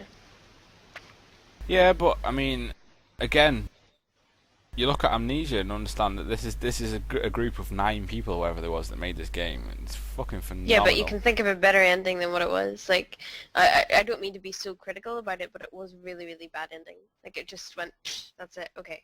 Yeah, but I have actually finished Penumbra and all that, and they didn't have great endings, and they're the same Well, there you developer, go. so I didn't really I would not expect a better ending from Amnesia 2, to be honest with you. But the journey to get to the ending is what interests me, if you know what I Yeah. mean. I know, like, it's the same for me, but it's just disappointing whenever you're loving a game so much. Like, I really enjoyed Amnesia the whole way through it, and it's really... It goes back to the whole Mass Effect 3 thing though. The thing with Mass Effect, the entire story was supposed to be a trilogy, so that it finishes off a story. Penumbra and Amnesia and all that's supposed to be their own entity, their own story, so they can kind of get away with shit endings more.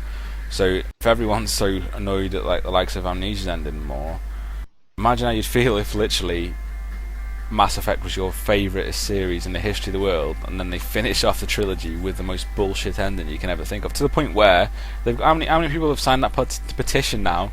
Josh, do you know off the top of your head about? Dark Souls. No, the petition for Mass Effect 3. There's a petition for Mass Effect 3, isn't there? Oh God. I'll just double check now. Yeah, I mean, literally, there's a petition. This is how bad it is, Cubemen. They've done a petition for BioWare to go back and patch and change the ending for the game, because it's that bad. Like, What's the point? Because that's the ending now, no, you because know? it's not. That's the thing. The end. I mean, I Oh. haven't read about it because I don't want to know. Because if I ever get round to it, I might enjoy the game. But all these people are kind of like the people who love Gears of War and Halo and all that sort of stuff. You know, this ending is supposed to be so gash that literally they demand that they go back and rewrite the ending, sort of thing. It just does not make sense. It's not like Halo and all that where they keep doing spin-offs. Mass Effect was supposed to be just the trilogy, and that is it. It's supposed to end and make sense, and apparently it doesn't. So people are really annoyed with it. Like, is Mass you could Effect have based it off another of way. a... Oh, sorry, go ahead. No, I was just going to say, is Mass Effect based off of another story then? Like, is that why you're saying that it's not actually the ending? Because if they've done an ending, surely that's the ending. Yeah, Or it's do you just mean going to be like a really bad ending. Alright, yeah, so... Yeah.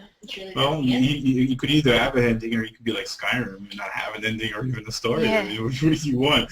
I mean, at the end of the day, the developers who developed this game, they have, it's just like like Blizzard. They own all their stories, they own all the lore, they can do whatever the hell they want with the story. I've read from like the people who are professionals in the industry who said that the ending is actually not bad, and then they don't understand why people are so upset about the ending. And then there's other people who are really upset about the ending. Now, I don't want to know about it because, again, I want to be able to play it someday. But I've found the number now. At the moment, it's sitting on 48,000 votes that the ending sucked, That's pretty substantial considering how long it's been out. But yeah, and 3,000 on the ending's fine. yeah, it's an ending of a story. It's just like reading a romance novel, if anyone's ever read it, and he goes to the end, and like the guy doesn't get the girl, it's like, oh, this is a bad ending, I'm going to petition what's-her-face to rewrite this because I want the guy to have the girl at the end. No, fuck you, it's not your decision. Screw you. Just play the game, you enjoyed it, right? Good. yeah, All right, yeah. there you go. But no, but you've also got to look at it in respect that if you have that attitude, you won't sell any more games in future. They've got to be clever as developers. You have to please the majority, and that's it. That's the way they've got to approach it. Yeah, but is the majority the people who actually have a PC and an internet and is going to go vote for you to re-change the ending? How is that? How can you be respected as a developer if you go back and change an ending to a story? We're not talking about a feature on a game. We're talking about the story of the game. We're also You can change the story. we're also talking about a developer that included a lot of DLC that you can't even access yet on the disc, which Yeah, pisses true. a lot of people off. So let's put that right there now. So But that I agree with. they release an incomplete game to start off with that you can then unlock by paying extra money on a disc, which is a joke. The whole thing on Xbox, it used to piss me off. I am all for DLC. I love DLC. If it brings something to my game and I'm happy and I love a game, I will fucking pay for it extra. But when I download an unlock key on Xbox, which is 1 kilobyte, it's fucking bullshit. That is bullshit because it's on the disc already or whatever, you know what I mean? That is not a good way to go about your business, and that is my opinion. That also brings to Street Fighter X Tekken. Apparently that's just, the disc is full of DLC. Oh, it's got all the characters on, all the new Yeah. characters that you've got to unlock. Oh, well, if you get a PS3 version, you get all the characters unlocked already, apparently. But if you buy it on any other platform, they're there. You're just not allowed them until you pay for them. So yeah, that's shitty. And it's just not clever. It's not a clever way to do business, I don't think. You know, you're going down the same road as the now, obviously, if you're in the UK, legendary Game Station. R.I.P. You fuckers. I used to work for you. Good riddance. But yeah, at one point. no, greedy. If you be a greedy bastard, you're asking for trouble. You've got to at least be clever enough to come across that you give a shit. And when you do things like that, it just comes across that you don't give a shit for the people who actually buy your games and care about you. GameingInvaded.com. Exactly. Givenshit.com. Yes. Game Station. If you're watching, you can rent out GivingAshit.com if you like, for £1,000 a minute. And you've got to send a Mars bar to everyone that I promised a Mars bar to, which is probably more than £1,000 a minute's worth of Mars bars, to be honest with you. The Mars There you go, bar there's is right the Mars. But no, seriously, guys, DLC is fantastic. I love it. It's really good because it lets you really enjoy your favourite games and expand them and carry on the enjoyment. But when you deliberately have a locked content in the game, the final build of the game, and then you think, oh well, we don't have to give them this character initially. Let's just let them unlock it afterwards. That's just shitty. You deserve to fail, in my opinion, in that. So that's me again. What do you guys in chat think about it? So far, we've just got Kimmer and Paper chatting in chat. Chatting about getting like a picture sent to paper. To the cam. Since I don't like those kind of games, I won't say nothing on it. But No, your opinion's still valid. I mean, I don't like it. explain why you don't anything like scares the shit out of me. Yeah, same here. And, Scary and games? Yeah. anything that moves with like hurting people and noisy things with dark places, just it. Oh, I thought you were a manly man, Paper. Guess not. I am Says angry it- with things Kimmer, that can- are you looking at the No. same fucking Twitter profile pic as me? A manly man. What the fuck? What? It's Team Edward. he It's not a sparkles manly at man. night. Fucking, it's in the he day, does. isn't it? He fucking glitters. Sparkles, man. Yeah, sparkly glitters. Sparkles with jazz hands. No, that's the thing. I don't like scary games. I don't like games. I don't want to have a heart attack when I'm playing a video game, right? And I don't even watch scary movies. And I was actually given Amnesia to play, and I'm pretty sure you guys remember me tweeting about it and stuff. Yeah. I just can't play it. I don't want to play it. Why? No. Can Like it's scary enough to watch people streaming it. I don't want to play it. Like I just don't want to do it. I'm too afraid. Not afraid. I just don't like it. I have no pleasure on that. Let me. Sorry to interrupt you. Core makes a massively good point in chat straight away. He said, "I think the reaction to Mass Effect 3 is blown up since it's not just one game's ending. It's the end of a trilogy, which has added up to a lot of hours. Which people, it's a Bioware game, so there's at least fucking 50, 60 hours of every game put in there, and that's why it's blown up. You know, that's why someone's pissed off that they spent that much time playing the game with the promise of this decent ending. Then obviously it's been kind of like it's for me from what I don't know. That's what I was just gonna say. I don't know what the ending is whatsoever, but it's one of those films, isn't it? And he woke up and it was all a dream. Well, fuck you. That is the fucking shittest Wizard of Oz, ending in man. the history of the world. Like. You just ruined that, man. How many people do you think have seen The Wizard of Oz? We don't want that shit. Everyone ever in the world.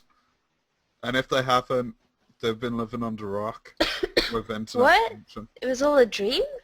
No, it wasn't. She woke up in bed because she came back from Oz. No, it was all a dream. No. No, she was mental. was She was a mental. How mint would that have been? Woke up, she was fucking mental, and that's the end of it. Yeah, those were just like the doctors at her psych ward. Alright guys, well I guess we should get to the part of the show. This normally be the part of the show that when we've got like extra special guests on, we'd be interviewing them right now. So because we haven't got extra special guests, we might as well interview the regular people. You already know most of them. But fuck it, we'll delve deeper into them. So I tell you what, I'll put Josh on the spot right now. So people in chat, you can ask 5 things. We'll pick 5 questions that you want to ask him. You can interview for this right now. So hopefully you get the ball rolling. Don't make me look like stupid because it'll take ages. So, but you got 5 questions to ask Silent Chain. You can do it on Twitter as well if you tweet at GamingInvaded. So to Silent Chain, 5 things you want to ask. Paper, you don't count because you're in the room. You can ask him in person if you want. I know that stuff. Fucking Well, while we wait for some questions, guys, I want to talk about FPS games afterwards. we will talk about FPS. Don't worry, we will talk about I'm looking FPS. forward to that. What's FPS? Frames per second. Trolling yourself.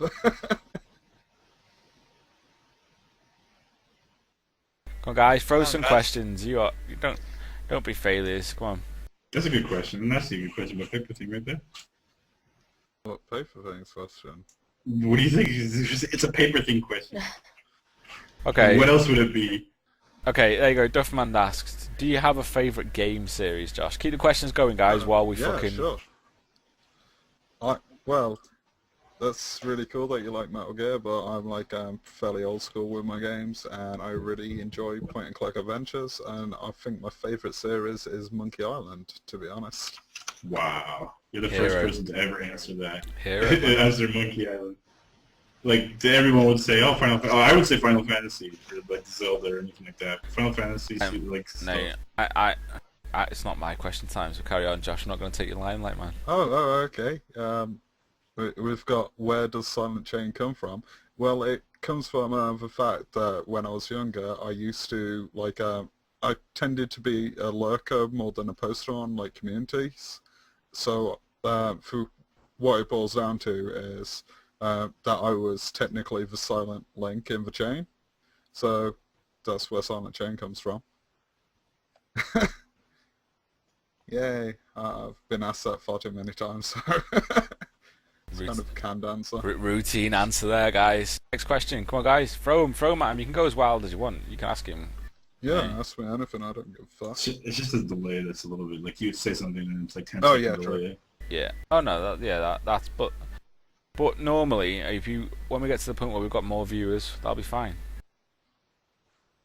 That will be fine.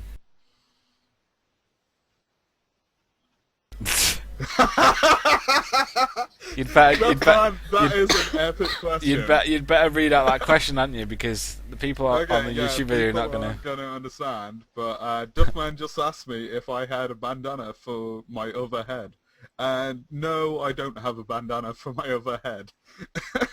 And if you don't know what that is, sorry. You probably shouldn't be watching this video to begin with. No, also. Yeah, Shouldn't be you watching this video watching. anyway. That's 2 more questions left, guys, for you to throw at Josh. Come on, two come on. more at me. Oh, great. It's 5 each. Should we go 3 each? Should we go 3 each because it's quicker and easier? Yeah, it is. 3 each, okay. Right, guys. I'm going to put Kimmer on a pedestal. 3 questions. Anything you want to know at Kimmer. Bearing in mind... Look at I'm allowed? Paper's grin, then. He just like moved. I was into just going to defend her and say bear in mind that her lovely boyfriend Mark is in the chat, but he's not, so go wild, I guess. do. Paper looks so pervy typing. Look at him. Look at it. You can see from the grin. You got him. You got him. Paper's literally creating another account on own now just to go and sign up as an anonymous person. Hope you track that IP, man. Yeah, make sure you know. Anything, Duffman. Would I make a Minecraft texture pack? I guess. Like, I never really had like a motivation to do it. I guess, like, I don't think it's not too... You know, I quite like the original Minecraft texture pack. Like, I don't actually use one in-game. Like, I used to, and I didn't even really like them. I don't think it adds anything... Well, of course it adds something, I guess, if you get high-res textures and stuff, but I don't really... No, I would probably make one if somebody had a request, but other than that, not really. Basically, guys, if we paid her enough money, she'd make one. Yeah. Let's pay her some money, and she'll make one. So if you and if you want, yeah. I was gonna say, like, I want Kamara to make my skin in game. If you want a creeper that makes OP's chair sound every time it blows up, like, we can get it done for you guys. It's just gonna cost you money. I made my own skin in Minecraft, so I could make skins for Minecraft. Yeah, There's a skins. skin of me. Apparently Duffman's made a skin of me. Yeah. I haven't seen it. Damn. What do I think of fishing? The first time I went fishing, and the only time I ever went fishing, my friend who I was doing it with caught his ear Did you on went his hook fishing? and went whoosh, and it was very awkward to see. So I like fishing though. I caught a fish. It was awesome. I was doing it off a like a beach cliff. It went whoosh. Paper's like on another level of enlightenment to others and men, isn't he? Because I would not go to a bar and try and pick up a girl and go, what do you think of fishing? He obviously gets something, he gets a reading from it that we don't understand, you know? And also I hate red wine. I think it tastes like vinegar, although I love vinegar. So I don't... I love vinegar and I love red wine. Come on. You have to come to Portugal and drink the Portuguese wine. Then. I've never It's really good. tried to I have make 5 wine. liters right there if you guys want. Mark's tried to educate me and let me drink wine, or make me drink wine and stuff, but I've just never liked it. Oh boy, I ate well on Sundays. I need red wine. No, it's good. I thought about drinking red wine tonight, but I'm not feeling too good. So I was like, no, I'm going to drink red juice instead of red wine. I could have put this in a glass and made people believe that I was drinking wine, and I did. You've rumbled now, OP man. You rumbled yourself. Yeah, no one owns me more than I own myself, man. It's just like, You know all the people in chat that are just signed in as owned, they can't speak, can they, AP? no, they're just, I guess, just viewers. Guys, make accounts, come and chat to us.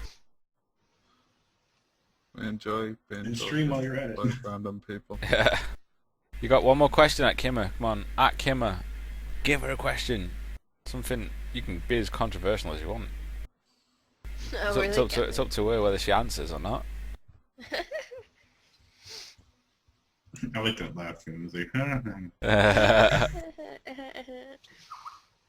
If anyone hasn't heard Kamara's epic League of Legends screams, like, "Rah!" Oh, yeah. It's so good. People talk about my shit, but We hers need is to the do best. recording. We need to do That's recording. amazing. Christmas I want it to be my ringtone. Or When are you going to finish one of your drawings? That's it, one day. That's it, the last question's been wasted. That was a Yeah. great question, fine. Let's ask a legendary OP. 3 questions, guys, go. What? Oh. Anything you want. Yes, Mr. OP. No, I did not have sexual relations with With Monica Lewinsky. I did not have sexual relations with that woman. She only was under the table giving me a foot massage. That was such a big deal. And then she abused one of my cigars. She abused, yeah. No, she was putting a Silent Chain bandana on my other head. That's what was Oh going on. man, Silent Chain bandanas. That's a new I'm sorry, but that would ruin Yeah, we the gotta sell. that would we gotta sell. that would ruin the moment for me, you know. If a girl went and tried to put a silent chain bandana on my other head, it would ruin it for me. I've got to be We honest. gotta sell this on GamingInvaded shop, the Silent Chain bandanas. I'll sign for motherfuckers. That is pretty good. Yes, 3 questions, Hap. Now, Opie's got literally he's got 3 still. 3 questions, guys. Come on. Oh, well, I was reading- assume. reading- What? One sec, Opie. I assume that the guests that are watching are probably here for Opie. So this is your chance to sign up for an account right now. Make a fucking account. Ask the question. You can ask him anything you want. You know, you can ask him what colour his pubes are if you want. I don't give a shit. Ask him. Go wild. I want to ask Kobe why he gave away free LOL keys yesterday when it was my birthday and he didn't even tell me. Because I completely Oh forgot my it was God. your birthday. I Duff was man. the first one to remember. Duff man. And then, Duffman. oh man. Duffman. That is the greatest fucking question ever. I For can't charity. grow a mustache. That's the problem. For Like, charity, I don't have can a- we yeah, grow? Can you grow a Jamie Heineman? I can't. Mustache. And I'm going to explain why I can't because I don't actually have a beard. I have face pubes. So when I grow my hair, it's like It's like it's just bad. Trust me, it's bad. Yeah, but I wish I had a proper. It probably took years for Jamie Heineman to grow his moustache like it did. So, if I wish I had paper thing beard. let's do years worth of charity work and grow. Let's do it, man. So, well, there you go, Duffman. He cannot grow a Jamie Heineman moustache because he's got face pubes. I got That's face that pubes. question. That's true. Next I want to question. ask. I want to ask Opie who Jimmy Heineman is. Yeah, I have no idea. Mythbusters. Mythbusters. Oh, How that's can you good. not know? Yeah. I don't watch that. Amazing. I don't watch it anymore. I don't have Mythbusters time. is I only amazing. watch streams. know Plugs people, himself but I on. don't know I their only names. watch streams. Streams my life. Everything streams. Everything. It doesn't matter. Forever I watch- streams. It's the only thing I watch. Best entertainment in the world right now. Yeah, across Opie's stomach he has tattooed Stream Life instead of Thug Life. How did you know that? What the hell? How the hell did you know that? Did I show myself? Did I forget to turn off my webcam? One again more the other night? question for Opie, guys. Your t-shirt C3 on cam.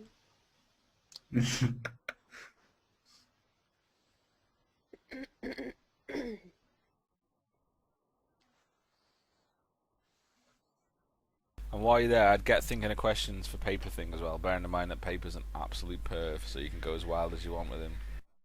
He'll love it. He's excited, you can tell, look at his little face. He was smiling so much. He's gonna be...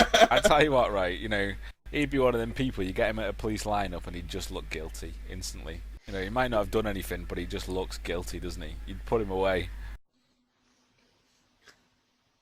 Look at him, he looks guilty, even with his little chewy thing, he looks guilty as fuck.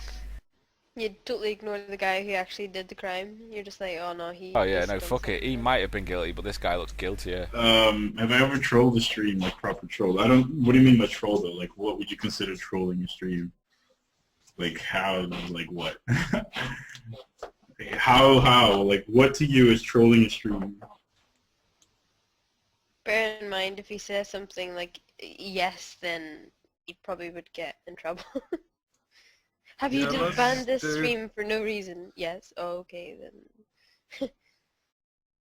Okay, best and worst. This is a good question, and I don't know if I want to answer because it's gonna take a while. So if you guys want me to answer that. No, go wild. Because all right, guys, hold on. That's Before fine, man. while Opie starts I'll answering edit this, her listen. No, into, no, like, listen. smooth awesomeness. While Opie starts answering this question, which he will do now, because that is a good question. Please, guys, start thinking of questions next for Paper so that it goes smoother for us and we're not waiting ages. So while he answers this, I want 3 questions for Paper, and then we're gonna have 3 questions for me as well. So fucking put your heads together and come up with some shit while we listen to this. Go, Opie. You've got the floor. Well, I mean, I think the best thing about working for MTV is I don't work for MTV. I don't know if that makes sense. Like I work with the people that are part of MTV, so it doesn't feel like a job. That's probably the best thing. You know, I meet. I don't know. I get to talk to all of these incredible, you know, people, and you know, not just the professional gamers, but the people who want to be professional gamers, just want to have fun and stuff like that. You know, good example would be like Hidden and GamingInvaded, or just people who just want to have fun and do it for the community. And another example would be, you know, talking to Dyrus and, you know, or being mentioned when they're thanking people and when they're getting interviewed. If I want to thank Jason Baba from OTV, like that kind of stuff makes me feel good. I'm really bad with compliments, right? I every time I receive a compliment, I'm like, I never know what to say. But it makes me feel good because I know that I help those people, and that's the best part is, you know, it doesn't feel like a job. I love what I do, and I help people, whether they're professional gamers and trying to get their image out there, or they're just normal gamers who want to have a stream for their friends, or it's somebody inspiring to have like you know, a big community or something. I know I myself feel like I don't do much, that I don't help much, but it seems like they think that I like Chris seems to, or makes me feel like I help them a lot, which I don't think I do much anyways. Like to me, it's just natural what I do. So that's the best part of working from TV. The worst part is probably shouldn't say this. I'm gonna say it anyways. I think the worst part of working from TV is the shit that I see happen behind the scenes, which I don't like. I'm a very straightforward person. I like to keep things real, and I see a lot of bullshit, not from OTV, but from other services and shit that I see a lot of gamers getting screwed over, and I see a lot of shit happening that I can't control. And if I tried to control, I probably wouldn't be with OTV. So there's a lot of shit that happens behind the gaming world that a lot of people don't know. There's a dark side to it, and it's not pretty. And you only see it if you're behind the scenes, if you're a professional that helps run the gaming industry. There's a lot of shit that, it doesn't affect the gamers. It doesn't affect like the viewers or the gamers. It affects. The gamers don't even know that they're being affected, right? But I just think gamers would be they would benefit more from what they do if they were paying more attention. And I see a lot of this shit happening, which I don't like. So that's the worst part of working for TV. It's not having time for to hang out with my friends or have much of a social life because I'm always inside the house. It's just the dark side of things that I really, really, really don't like. There's a lot of shit that happens, and I've thought about quitting many times. But I think I would make more of a difference if I would just stick to what I do than to quit, because then that would suck. So I'm working on something. I'm working on something that will help, hopefully. So that's the worst part, knowing everything about the dark side of gaming, because there is just a pretty bad dark side of it. Anytime there's money involved in anything, money is the root of all evil. That's what people say. But it doesn't have to be. So yeah. I just wanted to chip in on that a little. That stems across all of the gaming industry, whether it's developer side, because I used to work for a developer, or if it's retail, and I've worked for like a gaming retail like side. It's like there is like a grim dark side that most people don't normally see. Yeah, I mean, I've been here since the beginning, since a long time. Like even when I was 13, I would see a lot of shit when I started to make money out of gaming and stuff, but being, I've worked for Blizzard Entertainment, I've worked, in Codemasters and Alchemy Dreams, so in Lord of the Rings Online and World of Warcraft, I've worked in all of these different aspects of the gaming industry, and the community side, and the support side, and the development side, and that kind of stuff, and I've seen everything. I work with great people, but it's just it mainly comes from competitors. That's the problem. When somebody sees something go really well, they things, rumors start, just to cover up their own shit. People start making up shit or doing personal attacks. Like, for example, I have my professional, like I'm just about as a professional, but I have my gamer profile, which I'm OP, and what I do in gaming is what I do in gaming. It doesn't reflect on the person that I am, and a lot of times when people are trying to get the best or try to be better and they can't with their abilities, they attack that personal side. So, instead of me being this professional gamer who's really good with his fans and his viewers or whatever, they will attack the Jason Bauer, who's, big guy, has no social life because he's working all the time, and they'll actually take jabs at that stuff, and that's what I don't like about the gaming industry. Oh, dude. It's just there's so many people. I'll cut in. Well, it's not just that. I mean, that's in general. As a streamer, I will cut in right there now. Your stream might be doing really well, and you're getting your views, but then immediately someone doesn't like the fact that people are paying you attention, and they will focus you as a person on the cam. Oh, look at that guy's hair, it's so greasy, he's a fat bastard, what the fuck. Man, get a grip. At the end of the day, I'm doing what I love doing, everyone else likes it. If you don't like it, then kind of tough shit, isn't it? It is how it is. You love your job, you love your job. You tell me... Sorry, Josh. Well, it was like, as I was explaining, it's like all sides of the gaming industry, there's that grim dark side. Like, every different level of it, when it's like right at the bottom at the developer level to right up to like really top high end, where you've got talking about it like somewhat in like programmer terms, it's like from the assembler level to the scripting language, it's like you've got like that dark side on every front. Yeah, I mean, and I can give you a good example, a recent example that just started, that happened today was, I remember in WCG, we had like the streaming provider for the League of Legends tournaments, like the main stage was very bad quality because the main stage was being streamed in Korean television. So we actually had one person from Moon TV who decided to hook up a laptop and do all the spectating for the League of Legends in high quality, and we were extremely praised for that. Like, Own TV saved WCG and all this kind of stuff, which I was very happy about. But there was a lot of people that were hating on the fact that there was no commentating. So basically, you were just watching a game. There was nobody talking. There was nobody doing anything. However, if somebody attempts to do commentating, there's a bunch of people who will hate on the commentator. Like, if you can do a better job, then apply.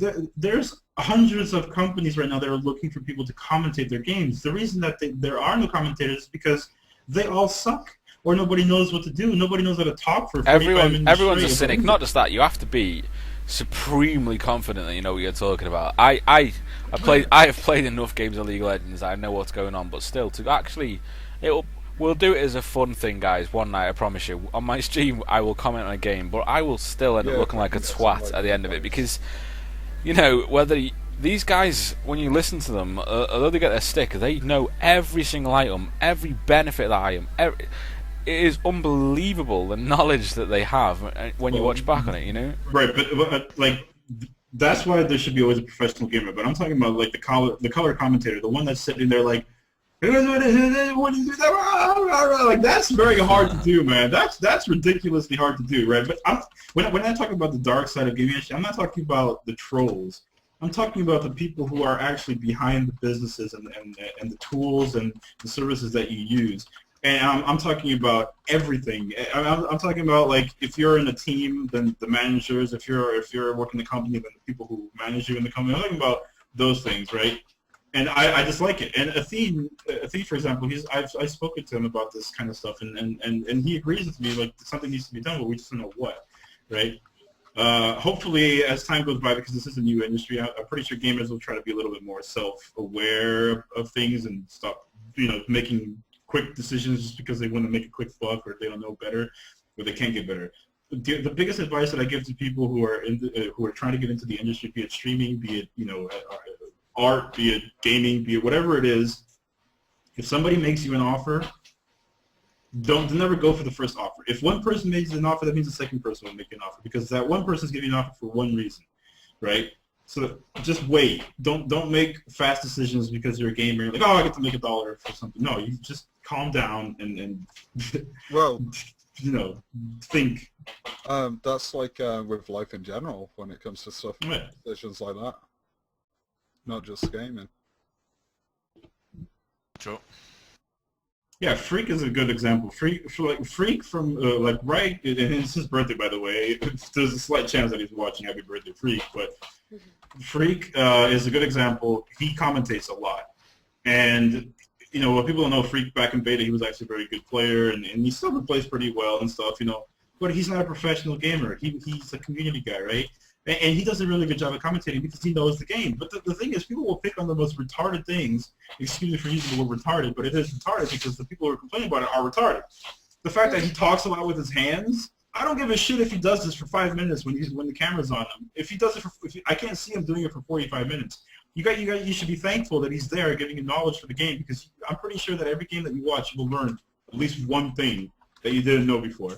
So, again, don't waste your time with the trolls. That's the issue. Like, You've got to also understand, say, people like Freak, they have the inside knowledge. They're not bullshitting you in any way whatsoever. They know exactly how everything's supposed to work, and that's it. And it's anybody, nice. Anybody who's anybody for League of Legends streams on TV, just so you know. So, right, people streaming on TV, there's one unfortunate team that's streaming outside of on TV, but it's another. Well, no, that's why I came over to Owned because OP seen my stream and said, you know what, you're the best player I've ever seen in the world. I need you on Owned, and I was like, do you know what, OP? Highly unlikely. Guys, look at the people behind me. I love them all. They have such belief in me. I'm a shit League of Legends player. I'm competent. But I love the game. I love the game. There's people worse than I am, man. We're not competent. We're normal players, or we play the game. Normal players. No, that's it. And I enjoy the game, but I rage like fuck. I do not like. But I think it's more going down to a primeval level of knowing that people are fucking idiots that annoys me. It gets to the point where I don't understand why people play when they are clearly fucking window lickers, and that's the thing that. Borderline for me. How does someone play the game when they don't know, for example, how to farm and they've won 900 games? But that doesn't mean they have no life. I mean, I cringe every time I see someone, and I hope nobody that I'm in here with Google Plus does this, but I cringe when I see an AD carry auto attack minions, or I see like I can understand you for low health and you're trying to build up your health again. That's fine, but I've seen it over and over again. Games start and I'm not doing the AD carry, but I look down and people are auto attacking. Not only are you not getting the last hit, but you're pushing your lane, which is bad. You shouldn't be pushing your lane. You should stay. You should always last hit because A, the lane will always stay in the same spot. More or less, and B, it's easier for your jungler to make a decision to come and gank you, and you won't get ganked as well. So auto attacking minions, no, you don't let the minions fight out, fool around, do a little poke if you want to. Like that kind of stuff bothers me, especially when you've been playing for ages, thousands of games, and exactly. Guys, I'm going to cut this short now because we've gone on. You've got 3 questions for paper right now. 3 questions for paper. I have one more question though. Nobody's asking. Yeah, you do not. No, that was your 3rd one. No, that was your 3rd one. Opie just wants that was my second. No, that was my second. Opie is an attention whore. That was my second question. Give Opie his attention, guys. He's asking him something quick. I'd run masturbating if I wanted attention. There you go. There's his question. Opie's just answered his question. For the sake of the YouTube video, that's going to be highlighted now. What would you do for attention? Opie has just answered. He would run masturbating for attention. Josh, make that happen. Edit that. No, I'd make a YouTube reply video and just do like a push-up of my man boobs. That's what I would be a reply boy. Right there, Duffman has asked the question, the final one. I'm sorry, it's a shit one, but it's the final one. We need to move on. Have you ever hidden anything under your hat? My hair. No, your hair, that's it. Oh, here you go. Cause a legend and has asked a proper one. The best people to work with? As a company on TV. In 2 minutes, though, I will put this out. Yeah, no. As a company, I love on TV and I love the people I work with. As an experience, I think working for Blizzard was great. Just the people, man. Can you imagine being in an office with thousands of people, hundreds of people? From what I've heard from OP so far, you've got to understand, guys. This guy worked for Blizzard during the transition period when they got bought out by Activision, so he's been there at a nice time. So what he's saying, just to clarify it so it's quicker, he's been there in the nice, proper kind of transition period. So carry on, OP, just to put that out there. Just in case you forgot, it doesn't. Like at the end of the day, which one I like the most, it doesn't matter. I was always part of gaming. So working directly behind the scenes with the games is a different experience than working behind the scenes with something that gamers use to promote games. So I think I like on TV better for the simple reason that I work with gamers and game developers. Whether when I was working in games, I was only working with the gamers and never other developers. So today I could be talking to Hidden and the Dyrus and helping out Hotshot and then tomorrow I'm talking to Red 5 who's doing Firefall, or I'm talking to Blizzard Entertainment or Riot Games to help promote something in the stream. So I like on TV and the experience that I do now because I do more community work, and it's not just with the gamers, it's with developers and it's aspiring streamers and producers and that kind of stuff. So I like on TV far better. Even though Blizzard was great, sorry guys. I love everyone that I worked with and they're still friends. And they're probably watching as well. Some people are probably watching. But the experience that I have here is far better. I have more range, I guess. Right, okay. So there you go, guys. That's the legendary OP, and that's why we love him. He's a hero. OP is awesome. He is a hero. Let's also not make him get too big. Let's not make him get too big-headed, though. We don't want to make his head too big. awkward. Yeah, awkward. Guys, you've got questions for the legendary pervert paper. What are we going for? Oh, Duffman's one. Of paper. Do you get for ladies to call you Cookie Monster in the bedroom? Duffman, to answer that, I have a lovely lady that is waiting me the next 3 weeks when I arrive to Portugal. Does she call you Cookie Monster? No. Would you like her to? Not yet.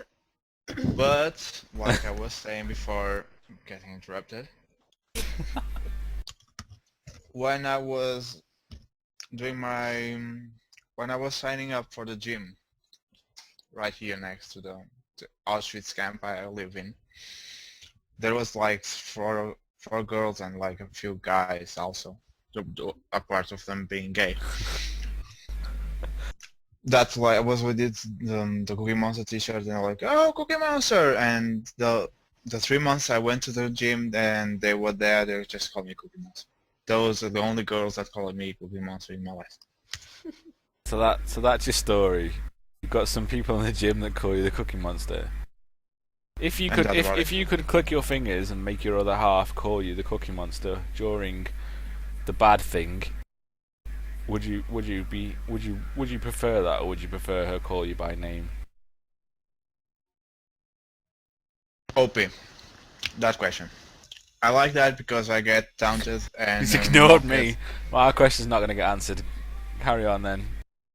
You dickhead. Because before, my first MMO ever was for Anarchy Online. And in Anarchy Online there was a guy, an Atrox enforcer, called it Paper Thin.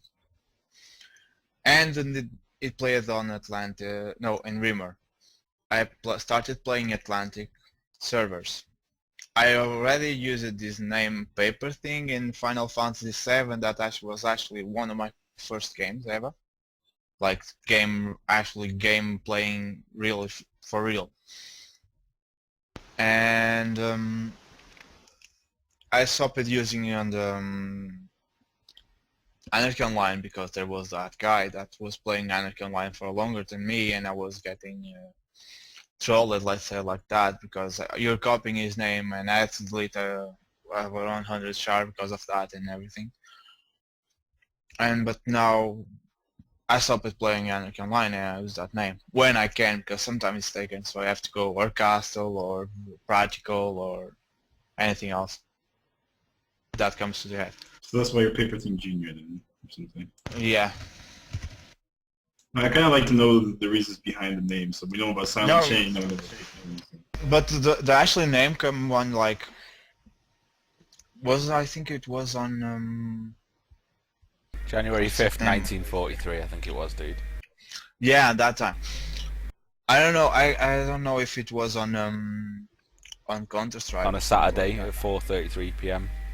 I really don't remember. So I just know that it was my neighborhood. That neighbor that was, I'll put everything on the paper that comes to your head. Called and then, Samuel. Was he called Samuel, your neighbour? Your friend is named Bob. You Bob. Are we going with Bob? Called Bob. That's kind of true. Like, who's named Bob? my friend's real name is actually Lee, but I call him Bob. Do you know why? I'll tell you the story. I'll tell you the real story, because we went out on a night out and we both met these two girls who we were dating at the time, and Girls were? No. we were both dating these two girls, and we were playing pool at a pub, as you do. And we thought, what can we do to piss the girls off? And we just started calling each other Bob, and it stuck. That's friendship, that is. Literally, round the whole pool table, I was like, I'm going to fucking... This is going in, Bob. I'm going to beat you, Bob. And it stuck. Do you want a pint, Bob? Do you want a pint, Bob? Yes, Bob. I'll have a pint, Bob. You can imagine how annoying that was for them at the night, and it just stuck. And that's how it was. So I'm known to Bob. Well, in Portugal, I'm pretty sure people think know, I was called Gesso, which means cast. When you break your arm, you get a cast. Because when I came from the United States, I went to study in the 9th grade. I went to school. I didn't speak English too well. So when I told everybody that my name was Jason, that to them is like telling me my name is Latif or something. Like, what? I didn't even say that. So this guy came up to me and was like, oh, nice to meet you. And he shook my hand. And I have the tendency when I shake hands, I actually like do a proper man handshake. Like I'll grab your hand and I'll like make like a strength, right? Tickle their balls, sort of thing. Yeah, pretty much. Yeah. No, but I was like, and they're like, maybe for that vision, just like, oh, it feels like your arm is like a cast, and they're like, oh, cast. So like the entire year, I was known as Jesu. And if you go to the school now, 10 years later, there's still a huge graffiti on the wall that somebody made that says my name. Just like they painted the school, they'd never painted that location. Like because I was, everyone liked me, like the teachers and stuff. So it's still there, Jesu, and it's got like the date, like 2001 or some shit like that. I don't know. But you have to go on like career days and talk about stuff. Yeah. I thought about it. That's not about it, because a couple of my friends who I studied with... Guys, all you want to do for a living, play games. Do fuck all, play games. Yeah. The school teachers will love you, dude. Guys, is that it for paper? We've got one more question for paper, haven't we? Guys, you're making this drag on far longer. We need to move sections. Come on. One more question of paper. What do you want to know? What is love, paper? What is love? Oh fuck! This question now is going to go on for an hour. This is going to go on Don't for a hurt me. fucking hour. Paper, you've got What is love? You've got 1 minute, paper. You're not going to go into some deep shit that takes 10 hours. You've got 1 minute to explain to people what love is. That's it. Come on, paper. 1 minute. We should just sing, Paper. Just sing. Nah. Love is an excuse guys use to take girls to bed. Thank Brilliant. you. We'll finish there. That's it. Perfect. That is it. That's what love is. That's what he That said is about down her. to paper. That's what he thinks love is. Beautiful. Right, okay. 3 questions to me, guys. Go. 3 questions to me. This is probably going to be the most anticlimactic part. We are not talking about Journey anymore, by the way, guys. Yeah, we're not. So says Journey. Well, what else do I put here then? Paper, what is love? Q&A. Love is just Does a size word. matter? Is that to me? Is it paper? You said 3, so I'm tossing 1. Does size matter? No, it doesn't. No, yeah, that's it. There's nothing. There's no punchline to it. I don't think it does matter. Boom. It's not the size of the boat that counts, it's the motion of the ocean. It's the speed of the CPU. And how much RAM it's Speed got. of CPU. Are you going to start talking about your floppy disk and hard drive now? Wow, my hard drive. That's how it is, guys. How much RAM you've got and the speed of the CPU. Show me those fans. You've got 2 questions left, guys. Don't let these guys waste them for you. Yeah, well, Everyone waste knows all everything the about me secrets, anyway because I fucking speak all week, so... There's a rumor that you have a 3rd nipple, is that true? I'm not going to I'm not acknowledge meant that to one. talk That's wank. about it, man. That's a wank one. That's a wank one. Yeah, I'm not. It's not me that should be doing the question anyway. It should be on the chat. So. OP has an awesome question. How much He- wood? He's like a new chat person. I think he should answer it. What was the most rebel thing I did at school? Well, I've always been into IT, obviously, as you all of you probably know, and the worst thing I ever did at school was figure out a way to actually go on the school network of, well, the one computer room that we had while I was in school, because it's not like you have now where you have an entire IT department. You had one computer room, and I figured out a way through Microsoft Word you could execute exe files that you couldn't normally access from a floppy disk, and I kind of wiped the entire computer network in school. That's probably the most rebel thing I ever had, to the point where I got banned from using the computers for the rest of the 3 years that I was in high school. So I wasn't allowed to use when they had computer time. I got made to go and play football with PE with another class which wasn't even in my class, which wasn't a bad thing because I love football anyway. But yeah. But Oh, dude, go on. that kind of my computer exploits at school aren't pale in comparison to that. All I did was find porn sites that could get past the firewall. That was my job when it came to IT. No, I figured out a way to. My sister was going to fail school. I figured out a way to change the school grades. I actually liked my sister during that time. OP, guys, for anyone who wants to know, OP is literally the guy. You ever seen the film Weird Science? OP's your man. Weird He is the Science. guy that can we can get a girl however we want done for whatever. No, but I helped my sister change grades, and then I figured out how to do it. So I changed my history grade from an F in the United States to a C. And a friend of mine saw that, and he spread the rumor throughout school, and I made a lot of money. Changing the grades for everybody, which is quite cool. And I never got caught. And my sister, still to the day, like when we talk about the past, or when we talk, she always mentions that. Like, Mom, did you know that Jason one time? Like now that we're 28 and 26, it's not going to get mad. So, you remember Jason one time? like blah blah, change my grades. Like that was Opie, me. do you have the power to lie about my viewers? Can you change something so that it says I've got We 5,000 don't do viewers? that. We are on TV. We don't mix and match and change anything that you see on the website regarding to viewers or anything like that. What If you have What if I 15 viewers, what if you I have send you 15 viewers. $10 on PayPal, man? It doesn't matter. We're not $20? we are not $20? service provider. $30? Really. No? Come on, 5,000 views. It's not that much. $100. Joking apart, guys. No, seriously. Why does he remind you of Rafa Benitez? Because Rafa Benitez is a hero, man. That's why. Opie's a hero. Ironically, this is the story. I'll tell you the story of me and Opie, right?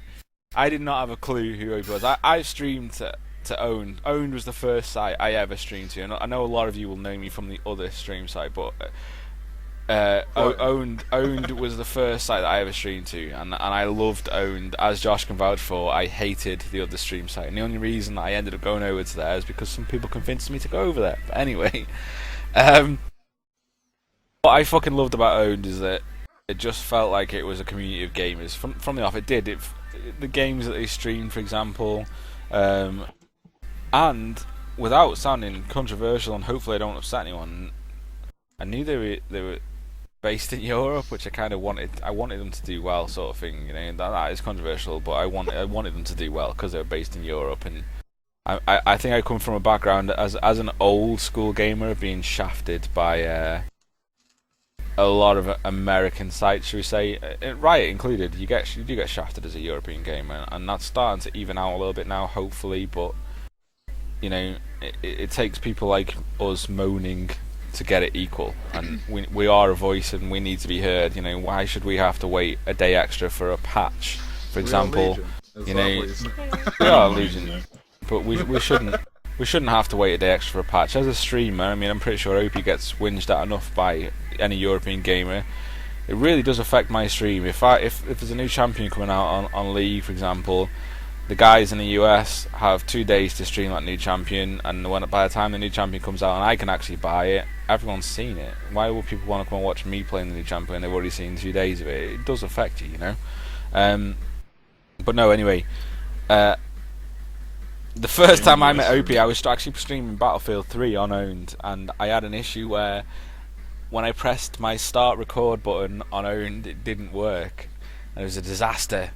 So I messaged one of the guys on. It only happened on his account. It only happened. Oh yeah, I'll put that out there. The only person that Ever, yeah. But to be fair, it was fixed in 5 seconds. This is the difference, guys. Right? I had this issue. I spoke to one person on Skype. The next minute, they put me onto Opie straight away. He was like, "What's going on? Blah blah. Can you do this?" And within 5 minutes, you know, of having the issue, it was resolved from me saying, you know, what's going on, blah blah. And we spoke to Opie in chat. And I was actually planning on streaming Skyward Sword on my Wii at the time. Wow. And we started chatting, and that was it. That was it. Nothing more than that, right? And then Actually, Chris, that's Yeah. something you still got to do. I know I've still got to stream Skyward Sword, I know. But then for whatever reason, I ended up streaming back to this other site for whatever reason, and I actually, looking back, I don't actually know why. I think a lot of it came down to actual XSplit itself. I know XSplit had an issue at the time with dropping a lot of frames to Owned, which they actually acknowledged it was a bug that was displaying that it was dropping a lot of frames. And I'm your most I'm 100% geek, guys. I fucking hate it. If I do something, it has to be done fucking perfect. You know, I hate the fact that I hate if I'm streaming somewhere and I know my connection is fine, I know it's not my connection, I know someone else. It really aggravates me if something doesn't work right. So anyway, I ended up streaming to this other site for a couple of weeks, and then met other people, and then these other people, we did pub night as usual, and these other people got moved over to Owned, ironically. And then we were on a pub night one night, and suddenly these other people brought over Opie, and I was like, "Oh, hey man!" Didn't really even know that we'd spoken before properly. Got chatting. I got put on the spot. Yeah, got pretty much put on the spot because I didn't even know who was getting invited. You know, it was a Skype call, so all of a sudden, you know, thrown in at a Skype call, and to Opie's credit, thrown in at a Skype call on another competitor's sight. You know what I mean? It was thrown in right at the deep end. Now that I'm thinking back, I can't believe I actually did that. I don't think I actually realized what was going on because that other person that invited me was streaming to, the stream at the time. Yeah. So I don't want to think I realized it. So and I don't think at the time I realized that you were the one hosting it or that I was even part of a pub night. I had no idea. Basically, I was the one hosting it, and there was someone who streams for Owned that brought OP over, and we just got speaking. And the nice thing is it almost, as you guys have got a lot of time for us because you can understand where we're coming from, etc. But at the time, OP came in, and the chat got pretty much taken over by me, Josh, Silent Chain, and OP talking geek stuff all night. Literally the entire, to the point where we had to say, look, we've got to stop this now because people don't want to watch because we're having too much fun talking about how we can improve things, how all this sort of stuff, and that was that, and that's pretty much that is pretty much it. And after that, like, me and OP have spoken quite regularly on Skype, just literally chatting. And obviously, you've also got to bear in mind from a background before anything else. Kimmer came to one of my very, very first streams I ever did, and we were chatting. Yeah, it was like way back. Way back, So like fucking 9 months. This is like way early back. days before Pub Night even existed. Yeah.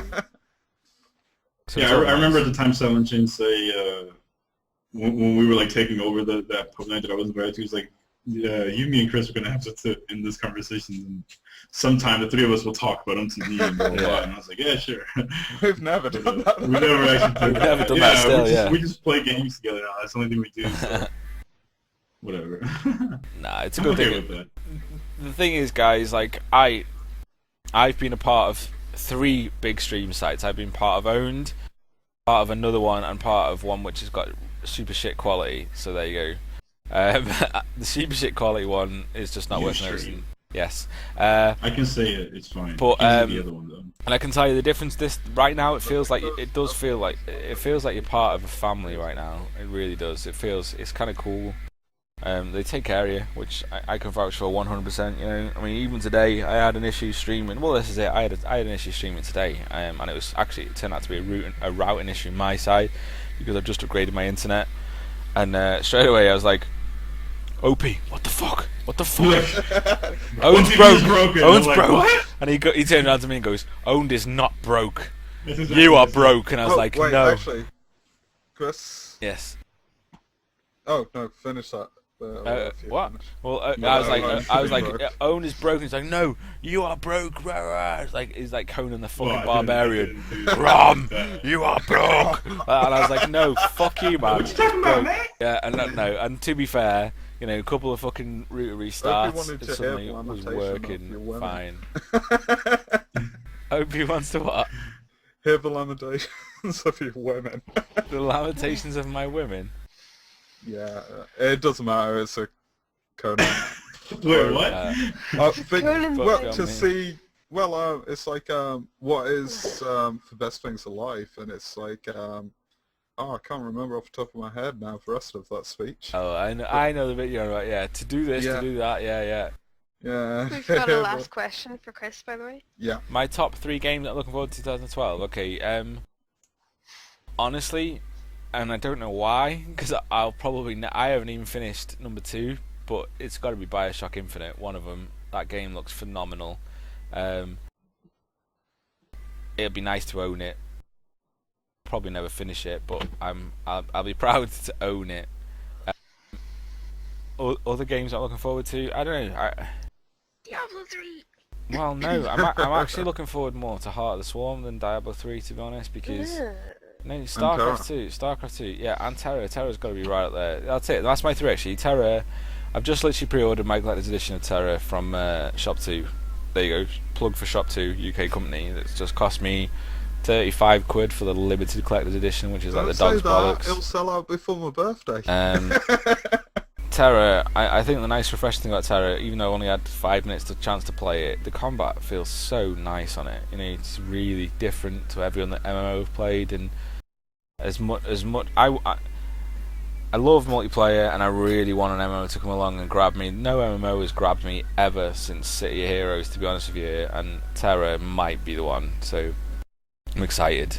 And if it's not the one, then at least I can turn around and say that I've got the collector's edition of Terra, even if I never fucking play it. You know what I mean? For 35 quid, why not?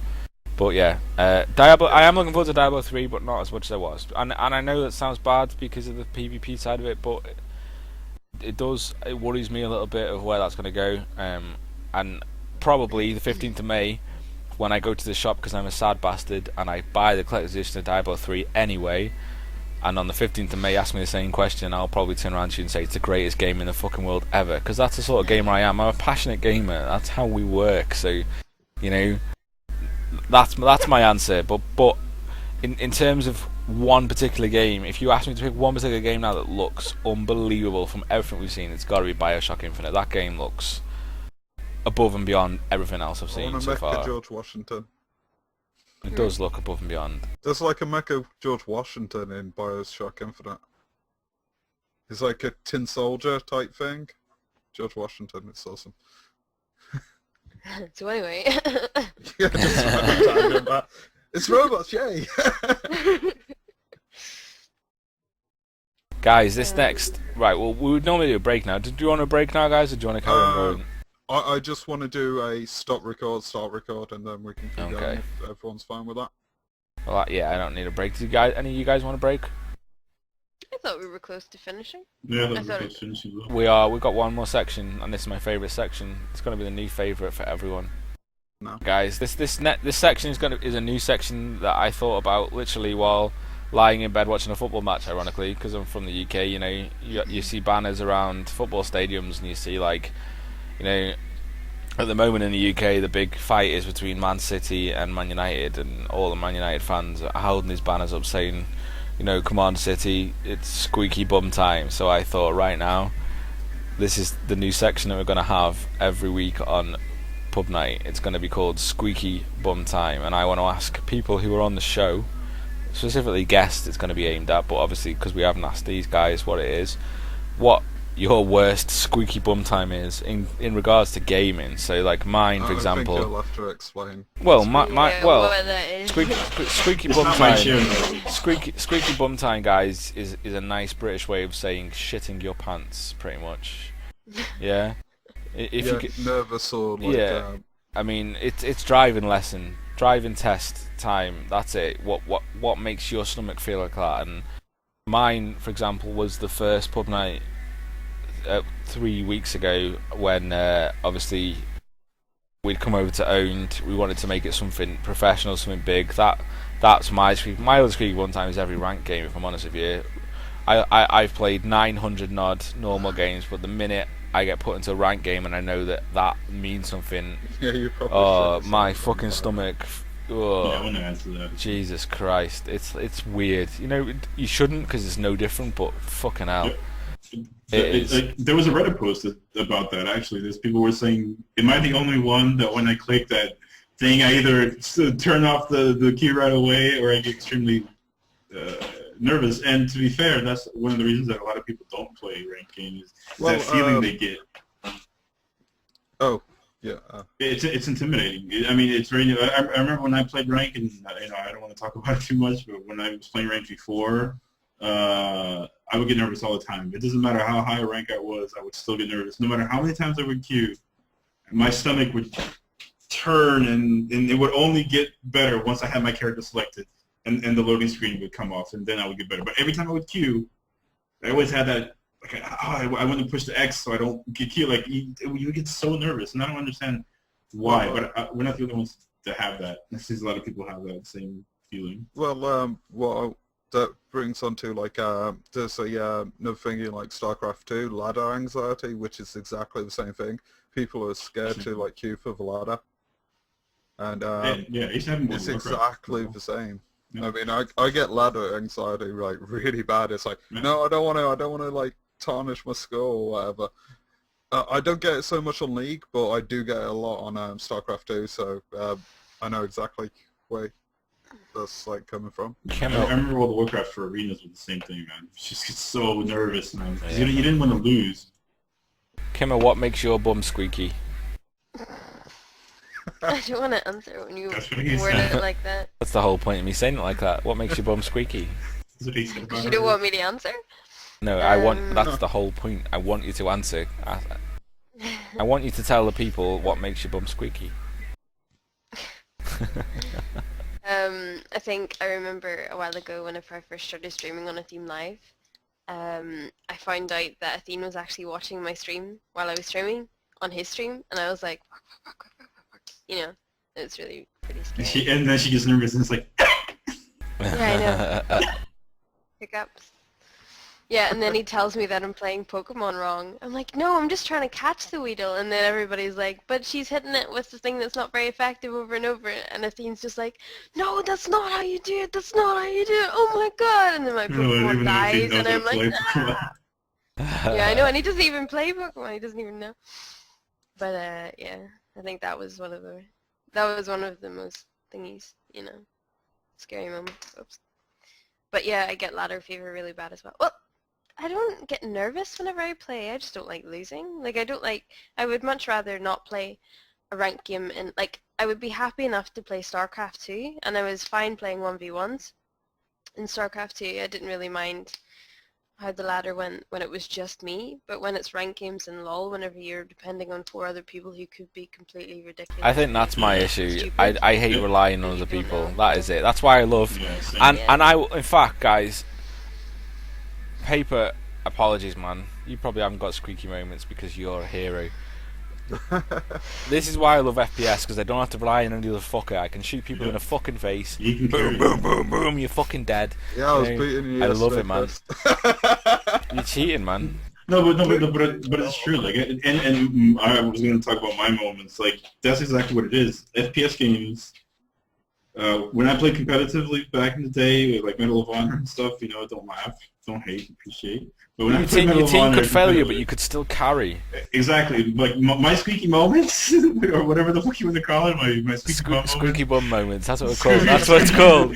Hashtag Yeah, squeaky bum. guys on Twitter. Squeaky Yeah. bum.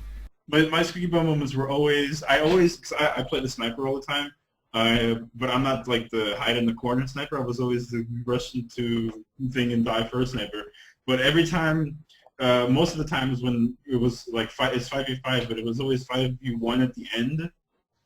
I would get so nervous because I was the last one alive, and you know that you have 4 other guys who have a machine gun and they're coming at you because they know you're a sniper, so they're not afraid. So my squeaky bum moments are when they actually come running around corners and ready to spray you, and you just take them all. I mean, most of the That's time the best thing. That is the best thing.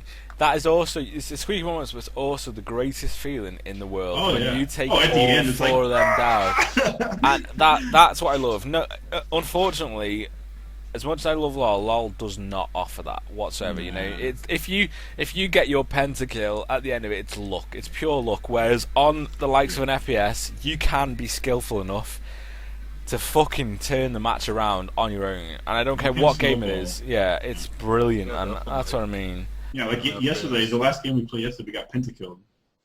Yeah. I have never in my life been pentakilled, so yesterday was probably one of the worst games. I know. Oh yeah, I agree. But But it wasn't. No, and that's it. Well, two of our lanes got shat on. shut on. But yeah, but I think I was top at lane or mid, and we won our lanes. Well, we won mid and top, right? Which you think is good enough. No, No. we lost jungle and we lost fucking. We lost jungle and bottom lane. I mean, that's like, you're like, well, but maybe we can carry this. It's like, no, you can't. when like the bottom lane is like 17-2 and like the freaking jungle is. No, it was like 17-6 at the end of the game with a pentakill, and I've never been pentakilled out of the thousands of games I've ever played. So it was like, please don't give him the penta. And the worst part is a penta on our nexus.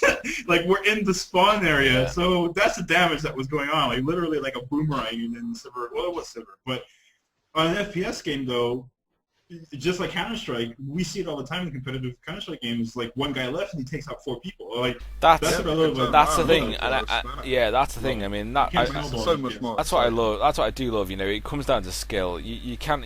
Your team can be losing to the last base, whatever, but you can turn around and fucking wipe the floor with those people. Just out of one moment of pure inspiration, and that is what's brilliant, and that's what I love. And this Firefall, I've been reading up a lot about it, OP. That looks phenomenal. It's going to be amazing now. Oh, It's you gonna turned be- around now. I turned I am around. going. I'm telling you, man. That is the This game will that be if I amazing. play it, finally, I'm going to go ape shit streaming it. I'm going to write about it. I'm going to do everything I can because that game is going to kind of put Medal of Honor, Team Fortress 2, remove all the random shit, and kind of bring it all to one. And I can finally be like, I just fucking carried this, and or I lost. We'll all play it together, man. That's the thing. Oh yeah, I mean, I have videos. I have to find them on my hard drive. I have videos of those squeaky bum moments that I should probably share one day.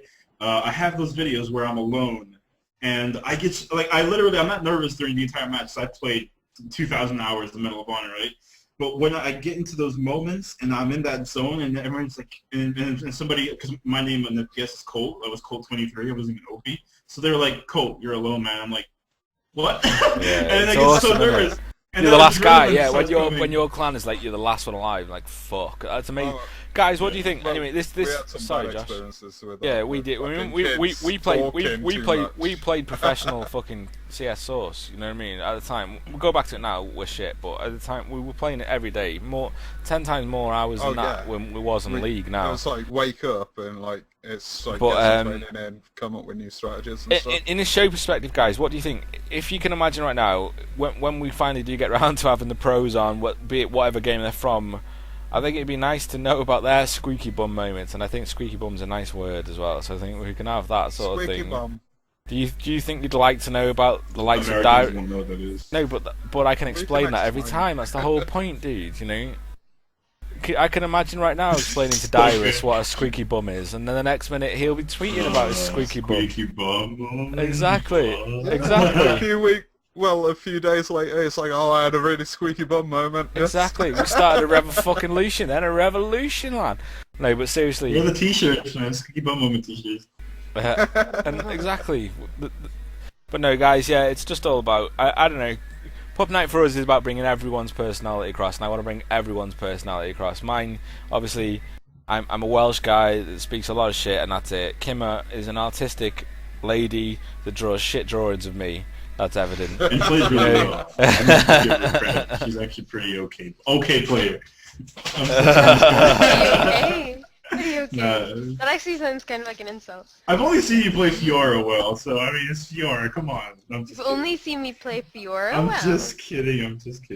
You do play a good Fiora. You do play good Fiora. He's twisting your nuggets. That's all. I'm twisting you. I'm squeaking your bum. There you go, guys. Squeaky bum time. And on that note. Yeah, I think we're nearly done, guys, for the actual show. Yeah. No, I like this. I like the squeaky bum moment. This is good. You need to get us links to that multiplayer tower defense game. I love tower defense games. The one I've just bought. I've just bought it. The one that I'm much is going it? to buy now. It's £3 it was. Oh. Let's actually mention it. Cubemen. Yeah, guys, we just literally looked on an earlier thing before the actual show started. Steam have just released a new game called Cubemen. It's a multiplayer tower defense game, and it looks phenomenal. It's on the new releases. I've just bought it because it's multiplayer. I love tower defense, but tower defense multiplayer has squeaky bum moments signed all over it for me. Isn't that Dungeon Defenders though? No, It's the same no, because this is versus. No. Oh, it's versus. Yes. Oh, there it is. Oh, I have one squeaky bum that everyone I'm pretty sure plays Team Fortress 2 has. Playing a spy, and you see a pyre just randomly go everywhere, and you're like, like wall, and it doesn't hit you, and you're like, yes, and you stab him in the face, you're like, yeah, you're gonna die right afterwards, but you kill the pyro. That's a good squeaky bum right there, because I always have it.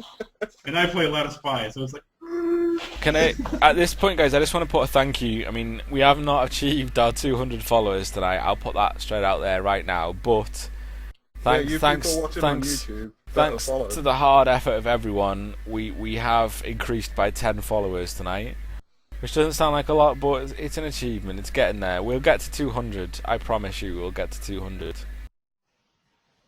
What's OP singing? OP's like singing to himself, yeah. I have 669 followers. You would think that if I retweet someone to say, guys, please follow this because they're giving away games, that they would actually follow. I'm starting to think that the 669 OP, do me a favour. OP, do me a favour. Do me a favour. Real.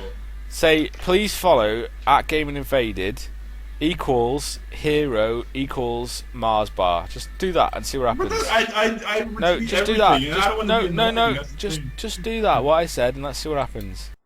Say I don't think Wait, it, just say follow at Okay, GamingInvaded equals hero equals Mars bar. Just do that and let's see what happens.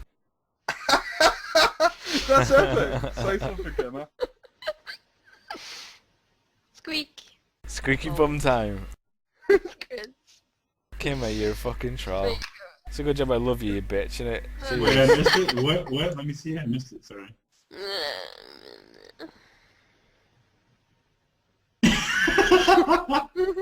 Squeak. Guys, from henceforth, can we please I will call? never get a job. Can we to can do we with can we art. please call Kimmer from henceforth secret name of SBD, please? She's just gonna be known forever as silent but deadly. That's a UK term for a really stinky fart. That's what she's gonna be known as. If looks could kill. Gemma didn't even know what That's it so was for a hard. moment. I know. I didn't. I feel All right. horrible. Can I ask a question now? Can we talk about nuclear dawn? No, I'm just gonna no, get not yet. Bedtime. Have you tweeted? Have you tweeted what I've said? I've already tweeted so many times. Tweet I it. don't want to man. bother people. I'm gonna Not tweet one more bothering time. people. It is Your bothering 600 people. followers are not gonna go. Oh fuck this! I'm not gonna follow him anymore. And they're all gonna follow me. Yes, they will. No, hashtag. In fact, you can just literally put, please follow at GamingInvaded equals equals hero equals whatever else, and then hashtag Squeaky Bum Time. Come on, they're gonna follow for that. I'm not going to put Squeaky Bum Time. Hashtag Squeaky Bum Time, man. Do it. Fucking do it. No. Guys in chat, tell them to do No. it. Come on, we want hashtag of Squeaky Bum Time. Come on. No, we don't. We do. No, I really don't. I really don't want to He's do got that a on Twitter. reputation to keep. He's got a Yes, reputation. I do. Oh, No offense.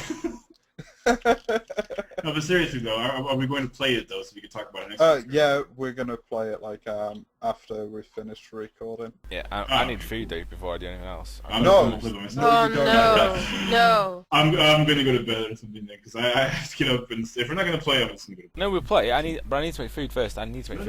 No, if I can't eat, you can't eat.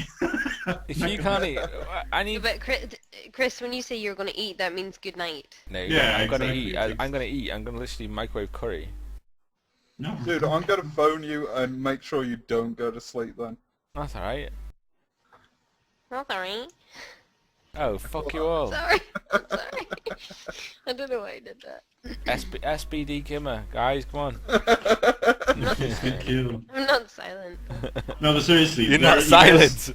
That's so loud. do like Day of Defeat Swords, which I now have, and Nuclear Dawn. So I'll put this out there as well, guys. This guy's making me feel bad. I gave him Day of Defeat Source and Nuclear Dawn, and he's a wanker. Look at him. Well, we don't have Nuclear Dawn. We have 2 days. Well, 1 day now to play Nuclear Dawn. I'll tell you what. We have one day, but we've got all of What? tomorrow, which is fine. I And, can't. and There's I've got tournaments to. tomorrow. It's got like. Well, I'll send you another What? invite. I've got fucking 3 invites, man. But let's do it now. You don't like Nuclear Dawn? I'll be right back. Did you send an invite to Kamara, by the way? She wasn't on yesterday. She didn't even know Darius Well, wasn't coming until she this just- morning. She did it. She got all purdy. It's like, oh, Darius. She got around like, what? There's no Darius? That's why she's been sitting there like all day, like all through, just like Darius. I miss Darius, like watching the stream secretly. I wonder if we're ever going to get to a point where Anyway. we look back on this and look like, fucking hell. You remember that time when Darius? Do you remember that time when we had to beg Darius to come on our show and now he's begging us? What the fuck? No, joking apart. Like, Well, he did tweet and say that he No, was he going to did. make No, it a- he did. And Yeah, he said I it, noticed so- that this morning, and well, I said to He's you a pro, that is nice of him, really nice. And the best thing of it is, it allows me to turn around and say, "Fuck you, I wasn't lying," to people more than anything. Hey, I wasn't lying to people. That's the thing. Like, if people watched the stream, they saw that I was talking to them on Skype, and I was like, fuck, like you literally see "fuck" on the stream, like I was like, "fuck," and just like, what the fuck? Jason Bauer just said "fuck." No, guys, next week we will try and get some good guests on for you. I promise. Next week it's a whole other week. Yeah, we've got a week to sort this shit out, man. We got weeks Magic. and weeks of We've got, shows. we've got future. I know, Yeah, but we've but got- I mean, like next week, I would like to get people. Whether I get fucking, I'm gonna write to fucking Obama. See if I can get him on. And you're He's gonna just write someone- to Gabe.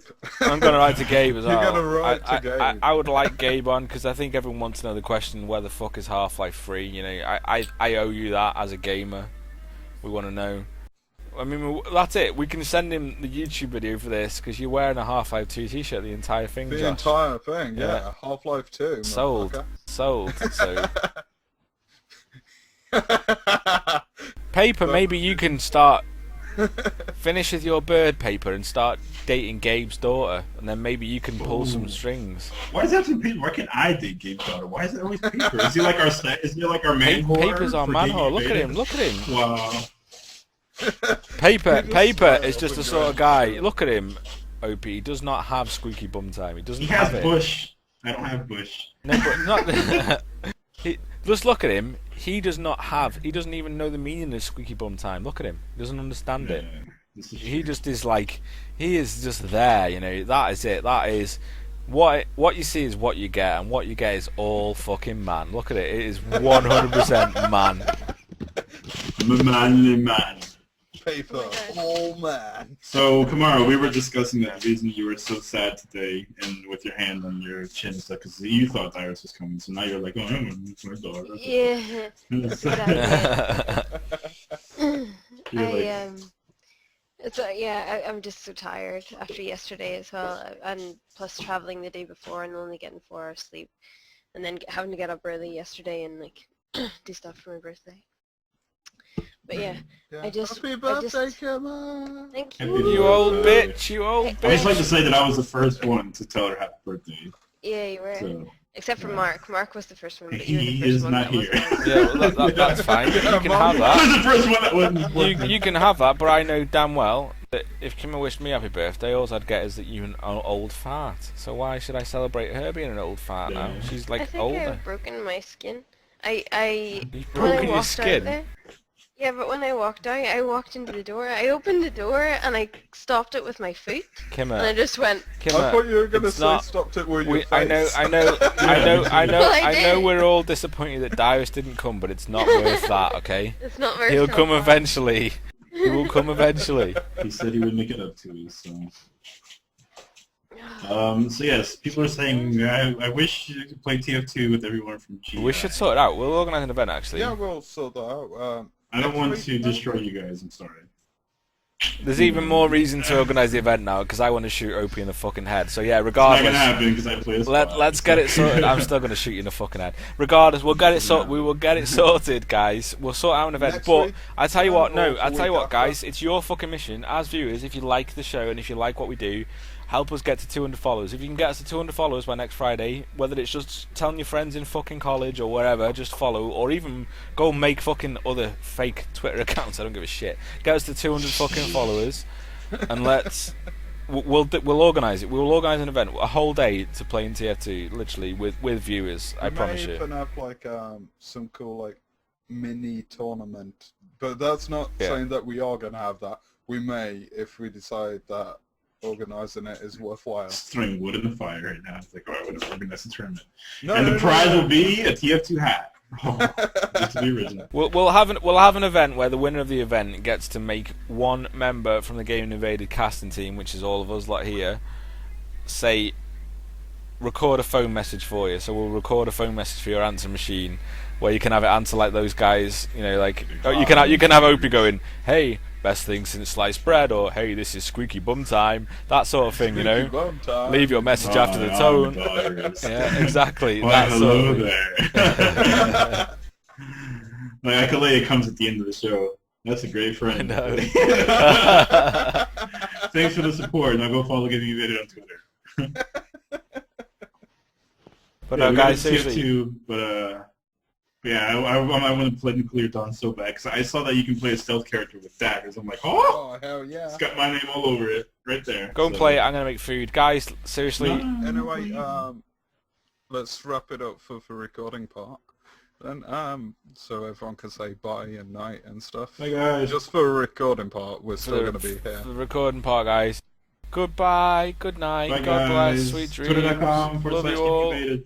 Giving you a shit back. We've got Jason Babo. Follow him, Jason Babo at That's it. Babo. Yeah. Follow Silent Chain. Babo. Follow Sorry, I've Silent been. Follow Chain. Paper Thing Jr. for Jason sexiness. Babo. Jason Babo. At Jason Follow us Babo. all. At Silent Chain. At Stalk Kimara. us.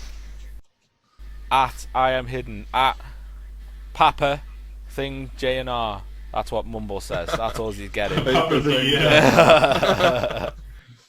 And at Kimura. I've already- Kimura. Kimara. Kimara. Not Kimura. Kimura. That's what the thingy says. Yeah, That's what Christians. What? that's what the thingy magic says. I thought it was Kimura? like Kimura. Mumra. Mumra. What? Kimra. Mumra. I'm having That's that. what Mumble says. Kimura. Mumra. It was Kimura. Does it actually just say Kimura below Yeah, my... pretty much. Yeah. Oh. Dude, that's bad quality control right there. What? It says Kimura. Kimara. It's Kimara. I know, we know, but it says See, Kimura. he said it perfectly. Kimura. Why can't you say it like that? Kimara. Thank you. It's Kimura. I've put it underneath. You give me shit. Look, it says underneath. What the deuce? I was told it says Kimura. You fucking... Hi guys, GamingInvaded.com. Yeah. Guys, Follow I us love you out. all, and I hope throughout the week you have many squeaky bum moments, so you can share your experiences with us next Friday. Enjoy your squeaky bum moments. Power to the gamers. Peace. Bye. Bye YouTube. Bye. Bye, YouTube. If you're watching this on YouTube, you suck. You should be watching us live. Just some... Sorry, Josh. Because you're editing that one. I was gonna say, at least they're watching us somewhere. Yeah, no, just kidding.